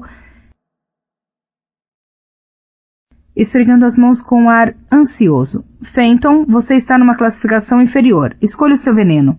Velas. E o seu vínculo? Indagou Dal ritualisticamente. Com as velas era sempre pavio ou cera. Pavio, respondeu ele e levantou um pedaço para que todos o vissem. Dal virou-se para mim. Vínculo? Pus a mão no bolso e tirei meu vínculo com um floreio. Palha. Houve um murmúrio na sala. Era um elo ridículo. O melhor que eu poderia ter esperança de conseguir seria uma transferência de 3%, talvez 5%. O pavio de Fenton seria 10 vezes melhor.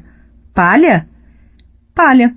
Repeti com um pouquinho mais de confiança do que sentia. Se aquilo não virasse a cotação contra mim, eu não sabia o que conseguiria fazê-lo. Pois então que seja palha, disse Down descontraído. Elir Fenton, já que o Kvolt está convicto, caberá a você indicar a fonte. Um risinho baixo se espalhou pela turma. Senti um bolo no estômago, não esperava por essa. Normalmente quem não escolhia o jogo ficava com a indicação da fonte. Eu tinha planejado escolher o braseiro por saber que a quantidade de calor ajudaria a compensar minha desvantagem autoimposta. Fenton sorriu, cônscio de sua vantagem. Nenhuma fonte. Fiz uma careta. A única coisa que poderíamos recorrer seria o calor do próprio corpo. Difícil, nas melhores circunstâncias, para não mencionar que era meio perigoso. Eu não conseguiria vencer, não só perderia minha classificação perfeita, como não havia jeito de fazer um sinal para que Savoy não apostasse meus últimos 2 iotas. Tentei fazê-lo olhar para mim, mas ele já estava empenhado em intensas negociações, em voz baixa, com um punhado de outros estudantes. Sem dizer palavra, Fenton e eu fomos sentar em lados opostos de uma grande bancada de trabalho. Elksadal pôs 2 cotos de vela no tampo, um em frente a cada um de nós. O objetivo era cada qual acender a vela do adversário, sem permitir que ele fizesse a mesma coisa com a sua. Isso envolvia dividir a mente em 2 partes diferentes, uma das quais sustentava o alarde que o pedaço de pavio, ou palha, se o aluno fosse burro, era idêntico ao pavio da vela que se queria acender. Depois, cada um tirava energia de sua fonte para fazer com que isso acontecesse. Entre mentes, a segunda parte da mente ocupava-se em tentar manter a convicção de que o pedaço de pavio do adversário não era igual ao da própria vela. Se tudo isso parece difícil, acredite, você não sabe da missa à metade. Para piorar a situação, nenhum de nós tinha uma fonte simples de que extrair energia. Era preciso ter cuidado ao usar o próprio corpo como fonte. O corpo é aquecido por uma razão. Reage mal quando seu calor é retirado. A um gesto de Elksadal começamos. Dediquei de imediato toda a minha mente à defesa de minha vela e me pus a pensar furiosamente. Não havia meio de eu vencer. Por melhor esgrimista que você seja, não tem como evitar a derrota quando seu oponente conta com uma lâmina de aço de Hamston, e você optou por lutar usando um graveto de salgueiro. Desci ao coração de pedra. Depois, ainda dedicando a maior parte do pensamento à proteção de minha vela, murmurei uma conexão entre esta e a dele. Estendi a mão e deitei minha vela de lado, obrigando-o a agarrar a sua antes que ela fizesse o mesmo e rolasse para longe. Tentei tirar proveito da distração de Fenton e acender sua vela. Atirei-me a isso e senti uma friagem subir por meu braço a partir da mão direita, que segurava o pedaço de palha. Nada aconteceu. A vela dele continuou fria e apagada. Pus a mão em concha em torno do pavio da minha para bloquear a visão de Fenton. Era um truque banal e praticamente inútil contra um simpatista hábil, porém minha única esperança era perturbá-lo de algum modo. Ei, Fen, disse-lhe. Você já conhece aquela do latoeiro, do teliniano, da filha do lavrador e da desnatadeira? Fen não respondeu. Seu rosto pálido se cristalizara numa concentração ferrenha. Desisti da distração, tomando-a por uma causa perdida. Fenton era esperto demais para se deixar distrair desse jeito. Além disso, eu começava a ter dificuldade de empenhar a concentração necessária para manter minha vela em segurança. Desci mais fundo no coração de pedra e me esqueci do mundo. Afora das 2 velas, um pedaço de pavio e um pouco de palha. Após 1 minuto estava coberto de um suor frio e pegajoso. Estremeci. Fenton percebeu e me deu um sorriso com seus lábios exangües. Redobrei meus esforços, mas sua vela ignorou minhas melhores tentativas de inflamá-la. Passaram-se 5 minutos com a turma inteira num silêncio pétreo. A maioria dos duelos não durava mais de 1 ou 2 minutos, com uma pessoa provando rapidamente ser mais inteligente ou dotada de uma vontade maior. Àquela altura, meus 2 braços estavam frios. Vi o músculo do pescoço de Fenton contrair-se num espasmo, como o flanco de um cavalo na tentativa de afastar uma picada de mutuca. Sua postura se enrijeceu quando ele reprimiu a ânsia de estremecer. Um fiapo de fumaça começou a se elevar do pavio de minha vela. Continuei a descer. Notei que minha respiração sibilava por entre os dentes cerrados, repuxando os lábios num arreganho de fera. Fenton não pareceu perceber, ficando com os olhos vidrados e sem foco. Estremeci de novo com tanta violência que por pouco deixei de ver o tremor na mão dele. Então, lentamente, a cabeça de Fenton começou a baixar em direção à bancada. Suas pálpebras se fecharam. Trinquei os dentes e tive a recompensa de ver um rolo fino de fumaça elevar-se do pavio de sua vela. Estupidamente, Fenton virou-se para olhar, mas, em vez de cerrar fileiras em sua própria defesa, fez um gesto pesado de descaso e baixou a cabeça na dobra do braço. Não olhou para cima quando a vela, junto a seu cotovelo, se acendeu em surtos espasmódicos. Houve uma breve salva de palmas, mesclada com exclamações de incredulidade. Alguém bateu em minhas costas. Que tal essa? Ele se desgastou todo. Não, respondi com a voz engrolada, estendendo a mão por cima da mesa. Com dedos desajeitados, abri a mão que segurava o pavio e vi que havia sangue nela. Mestre Down, chamei o mais depressa que pude. Ele está congelando. Falar me fez perceber o quanto meus lábios estavam frios. Mas Down já havia se aproximado, trazendo um cobertor para envolvê-lo. Você, ordenou apontando-o ao acaso para um dos alunos. Traga alguém da iátrica, vá logo. O estudante saiu correndo. Que tolice, disse Mestre Down, murmurando uma conexão para atrair o calor. Olhou para mim e acrescentou. É bom você andar um pouco, não está com aspecto muito melhor que o dele. Não houve outros duelos nesse dia. O resto da turma ficou observando Fenton ser reanimado aos poucos, sob os cuidados de Elxadal. Quando chegou um Elte mais velho da iátrica, Fenton já se aquecera o bastante para começar a tremer violentamente. Após um quarto de hora de cobertores e simpatias cuidadosas, conseguiu tomar uma bebida quente, embora suas mãos ainda tremessem. Terminado o tumulto, estávamos quase no terceiro sino. Mestre Down conseguiu fazer todos os alunos se sentarem e ficarem em silêncio por tempo suficiente para lhes dizer algumas palavras. O que vimos hoje foi um excelente exemplo de congelamento de quem faz a conexão. O corpo é uma coisa delicada e alguns graus de calor perdidos com rapidez podem perturbar todo o sistema. Um caso brando de congelamento é apenas isso, um resfriamento. No entanto, os casos mais extremos podem levar ao choque e à hipotermia, explicou olhando em volta. Alguém sabe me dizer qual foi o erro do Fenton? Houve um momento de silêncio, depois alguém levantou a mão. Pois não, Bray? Ele usou sangue. Quando o sangue perde calor, o corpo se esfria como um todo. Nem sempre isso é vantajoso, uma vez que as extremidades podem suportar uma perda mais drástica de temperatura do que as vísceras. Então, por que alguém pensaria em usar o sangue? Ele cede mais calor, mais depressa do que a carne. Quanta energia seria seguro ele extrair? Perguntou Dow, correndo os olhos pela sala. 2 graus? Sugeriu alguém. 1,5, corrigiu Down, escrevendo algumas equações no quadro para demonstrar quanto calor isso geraria. Dados os sintomas, quanto vocês acham que ele realmente extraiu? Houve uma pausa. Por fim, Sovoy manifestou-se. 8 ou 9. Muito bem, disse Down aborrecido. Ainda bem que pelo menos um de vocês andou lendo, comentou e assumiu uma expressão grave. A simpatia não é para pessoas de mente fraca, mas também não é para as que têm um excesso de confiança. Se não estivéssemos aqui para prestar a ajuda de que Fenton precisava, ele teria resvalado serenamente para o sono e morrido. Dow fez uma pausa para deixar suas palavras serem absorvidas. É melhor vocês conhecerem francamente os seus limites do que fazerem suposições exageradas sobre suas habilidades e perderem o controle. Soou o terceiro sino e, de repente, a sala se encheu de barulho, com os alunos se levantando para sair. Mestre Down elevou a voz para se fazer ouvir. Elirkvolt, importa-se de ficar aqui um instante? Fiz uma careta. Sovoy aproximou-se por trás de mim, deu-me um tapinha no ombro e murmurou. Sorte. Eu não soube dizer se estava fazendo referência à minha vitória ou me desejando boa sorte. Depois que todos se foram, Dow virou-se para mim, depois o trapo que havia usado para apagar a lousa e perguntou em tom cordial. E então, como foram os números? Não fiquei surpreso por ele saber das apostas. 11-1, admiti. Eu tinha ganho 22 iotas, pouco mais de 2 talentos. A presença desse dinheiro em meu bolso me aquecia. Ele me deu uma olhadela especulativa. Como está se sentindo? Você mesmo ficou meio pálido no fim. Tive um pequeno calafrio, menti.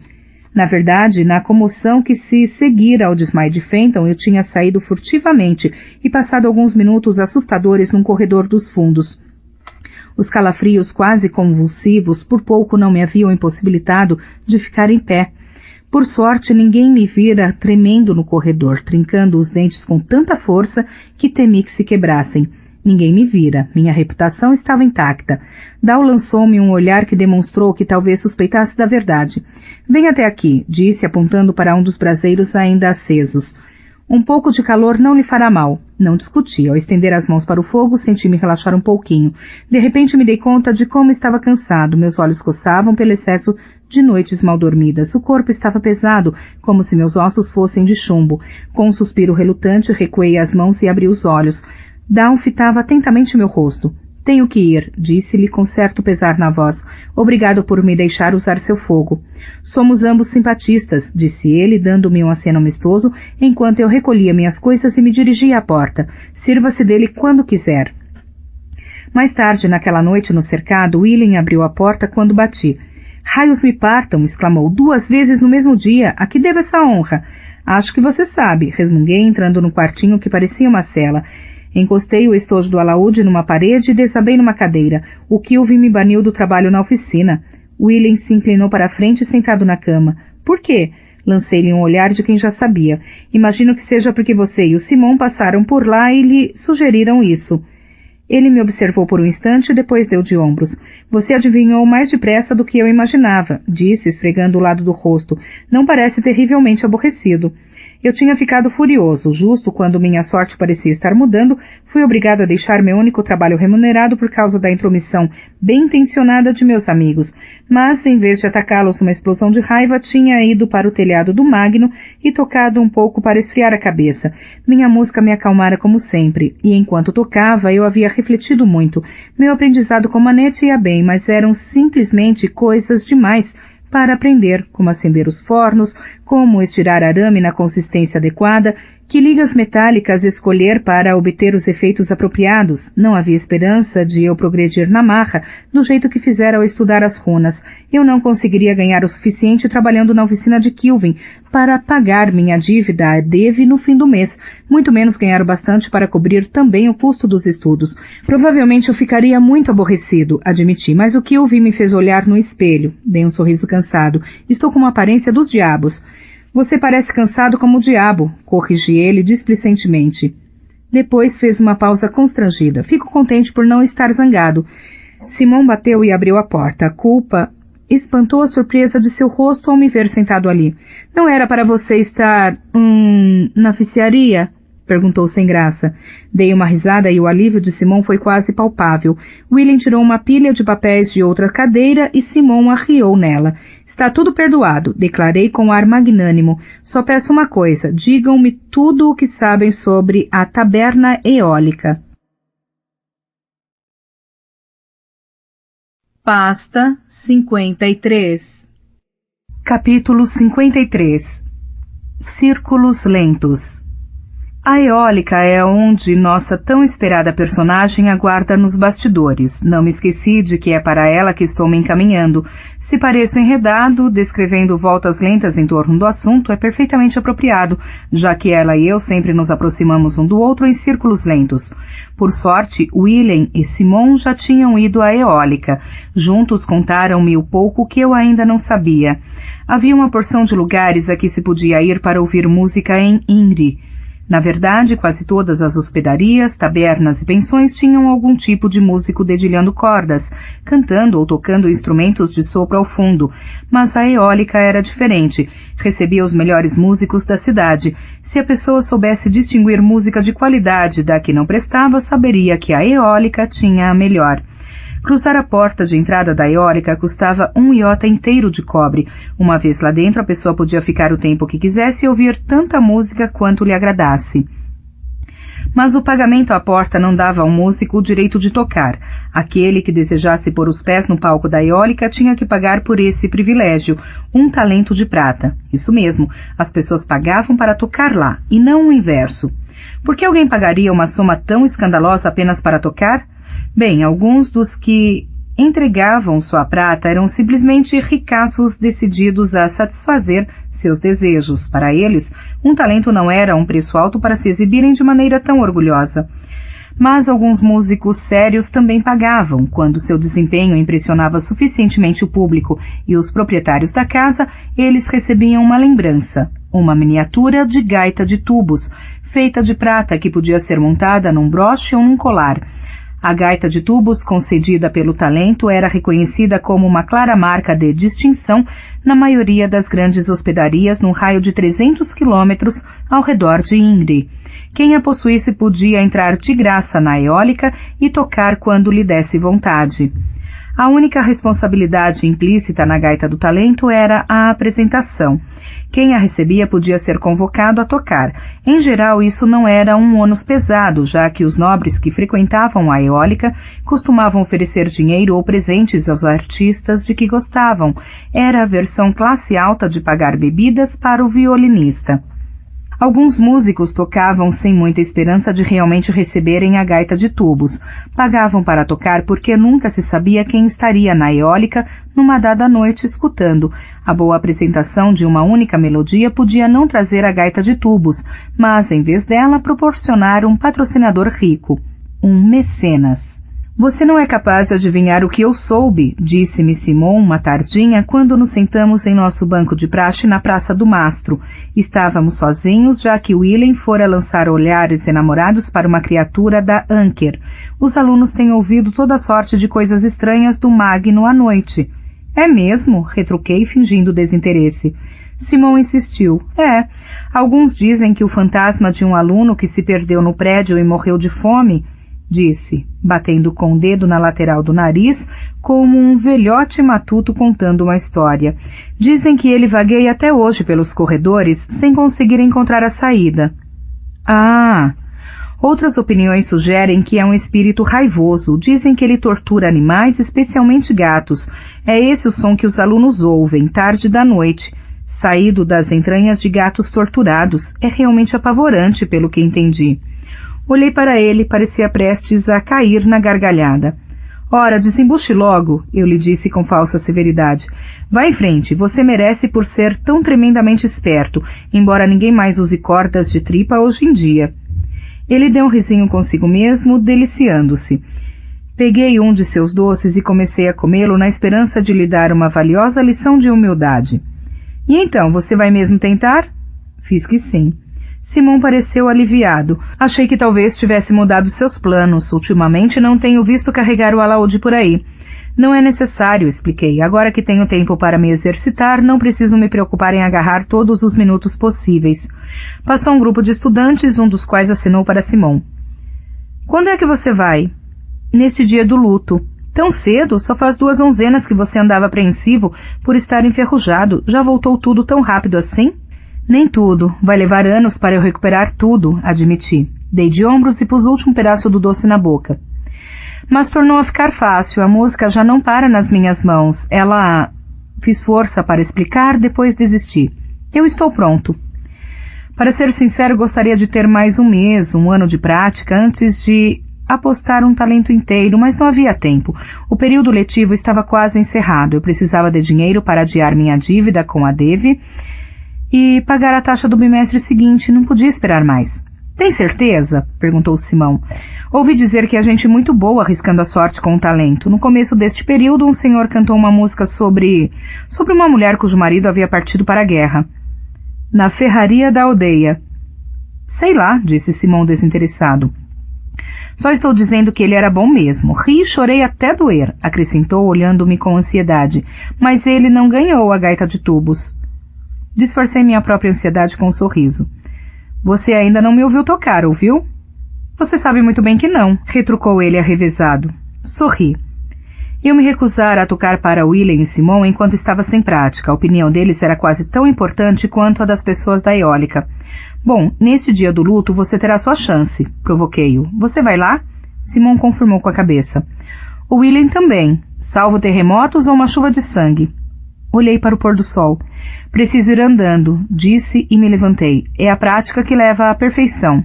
Simon me deu um adeuzinho e segui para o rancho, onde me sentei por tempo suficiente para comer meu feijão, às colheradas e mastigar um pedaço achatado de carne dura e cinzenta. Levei o pãozinho comigo, provocando olhares de estranheza dos estudantes próximos. Fui até meu beliche e tirei o alaúde do baú aos pés da cama. Depois, dados os rumores mencionados por Simon, tomei um dos caminhos mais complicados para o telhado do Magno, escalando uma série de canos de escoamento num beco protegido. Não queria chamar mais atenção para minhas atividades noturnas ali. Já tinha anoitecido quando cheguei ao pátio isolado em que ficava a macieira. Todas as janelas estavam escuras. Olhei para baixo, da borda do telhado, sem ver nada além de sombras. Auri, chamei. Você está aí? Você está atrasado, veio a resposta vagamente petulante. Desculpe. Hoje você quer subir? Uma pequena pausa. Não, desça. Hoje não tem muita lua, retruquei num tom mais encorajador. Tem certeza de que não quer subir? Ouvi um farfalhar nas sebes lá embaixo. Depois vi Auri escalar a árvore com a rapidez de um esquilo. Correu pela borda do telhado e estacou a poucos metros de distância. Tanto quanto eu podia calcular, Auri era poucos anos mais velha que eu, com certeza não passava dos 20. Usava roupas esfarrapadas que deixavam à mostra os braços e as pernas e era quase 30 centímetros mais baixa que eu, e magra. Parte disso tinha a ver apenas com sua compleição miúda, porém havia algo mais. Suas faces eram encovadas e os braços frágeis como os de uma criança. O cabelo comprido era tão fino que parecia uma cauda, flutuando no ar, feito uma nuvem. Eu tinha levado muito tempo para arrancá-la de seu esconderijo. Desconfiara que alguém andava escutando eu me exercitar no pátio, mas levara quase 2 onzenas para vislumbrá-la. Ao ver que estava semi-morta de fome, passara a levar qualquer comida que conseguisse tirar do rancho e a deixá-la para ela. Mesmo assim, outra onzena se passara até Auri se juntar a mim no telhado, enquanto eu me exercitava no alaúde. Nos últimos dias ela até começara a falar. Eu esperava que fosse taciturna e desconfiada, mas nada poderia estar mais longe da verdade. Auri tinha um olhar vivo e era entusiástica. Embora eu não conseguisse deixar de me lembrar de mim mesmo em Tarbeã ao vê-la, havia pouca semelhança real. Auri era escrupulosamente limpa e cheia de alegria. Não gostava de locais a céu aberto, luzes brilhantes, nem de gente. Eu tinha um palpite de que era uma aluna que havia pirado e fugido para o subsolo antes que a confinassem no refúgio. Não sabia muita coisa a seu respeito porque ela continuava tímida e assustadiça. Quando eu lhe perguntei seu nome, ela correu de volta para o subsolo e levou dias para reaparecer. Assim eu havia escolhido um nome para ela, Auri. No fundo, porém, pensava na moça como minha fadinha da lua. Ela se aproximou mais alguns passos, parou, aguardou e tornou a avançar em disparada. Fez isso várias vezes até postar-se diante de mim, imóvel com o cabelo espalhado no ar à sua volta, feito uma auréola. Estendeu as 2 mãos para a frente, logo abaixo do queixo. Puxou minha manga e retirou a mão. — O que trouxe para mim? — perguntou empolgada. Sorri. — O que você trouxe para mim? — provoquei-a delicadamente. Ela sorriu e estendeu a mão. Alguma coisa reluziu ao luar. Uma chave, disse orgulhosa, empurrando-a para mim. Aceitei-a. Tinha um peso agradável na minha mão. É muito bonita. O que ela abre? A lua, respondeu Auri com uma expressão grave. Isso deve ser útil, comentei examinando-a. Foi o que achei. Assim, se houver uma porta na lua, você poderá abri-la, disse, sentando-se de pernas cruzadas no telhado e me dando um sorriso. Não que eu encoraje esse tipo de conduta imprudente. Agachei-me e abri o estojo do alaúde. Eu lhe trouxe pão. Informei entregando-lhe o pão preto de cevada embrulhado num pedaço de pano e uma garrafa d'água. Isso também é muito gentil, comentou ela com ar gracioso. A garrafa pareceu muito grande em suas mãos. O que há na água? Perguntou tirando a rolha e olhando para dentro. Flores e o pedaço da lua que hoje não está no céu. Também o pus aí dentro. Auri levantou os olhos. Já falei da lua, disse-me com um toque de censura. Então só flores e o brilho do dorso de uma libélula. Eu queria um pedaço da lua, mas o brilho azulado da libélula foi mais perto que pude chegar. Ela inclinou a garrafa para cima e bebeu um gole. É um encanto, disse, afastando várias mechas de cabelo que lhe flutuavam à frente do rosto. Estendeu o pano e começou a comer. Tirava pedaços pequeninos do pão e o mastigava com delicadeza, fazendo todo o processo parecer refinado de algum modo. Gosto de pão branco, disse em tom de conversa entre um pedaço e outro. Eu também, retruquei, abaixando-me até me sentar, quando consigo arranjá-lo. Auri balançou a cabeça e olhou em volta para o estrelado céu noturno e a lua crescente. Também gosto quando está nublado, mas assim está bom. É acolhedor como os subterrâneos. Subterrâneos? Repeti. Era raro ela ser tão tagarela. Eu moro lá, disse-me descontraída. Eles correm por toda parte. E você gosta lá de baixo? Os olhos de Auri se iluminaram. Santo Deus, se gosto, é maravilhoso. A gente pode enxergar para sempre, disse. Virou-se para me olhar e acrescentou com ar provocante. Tenho uma novidade. O que é? Deu outra mordida e terminou de mastigar antes de responder. Ontem à noite eu saí, disse com um sorriso matreiro, no alto das coisas. Foi mesmo? Perguntei sem me dar ao trabalho de esconder a surpresa. E você gostou? Foi lindo. Saí para dar uma espiada por aí, explicou, obviamente satisfeita consigo mesma. Vi o Elodim. Mestre Elodim? Indaguei e ela confirmou com um aceno da cabeça. Ele também estava no alto? Auri tornou a fazer que sim, mastigando. Ele a viu? O sorriso dela tornou a despontar, fazendo-a parecer mais perto de 8 anos que de 18. Ninguém me vê. Além disso, ele estava ocupado escutando o vento. pôs as mãos em concha na boca, produzindo um som uivante. Ontem à noite havia um bom vento para se escutar, acrescentou em tom confidencial. Enquanto eu tentava compreender o que me dissera, Auri terminou o último pedaço de pão e se pôs a bater palmas, excitada, dizendo quase sem fôlego: agora toque, toque, toque! Sorrindo, tirei o alaúde do estojo. Não poderia esperar um público mais entusiasmado que ela.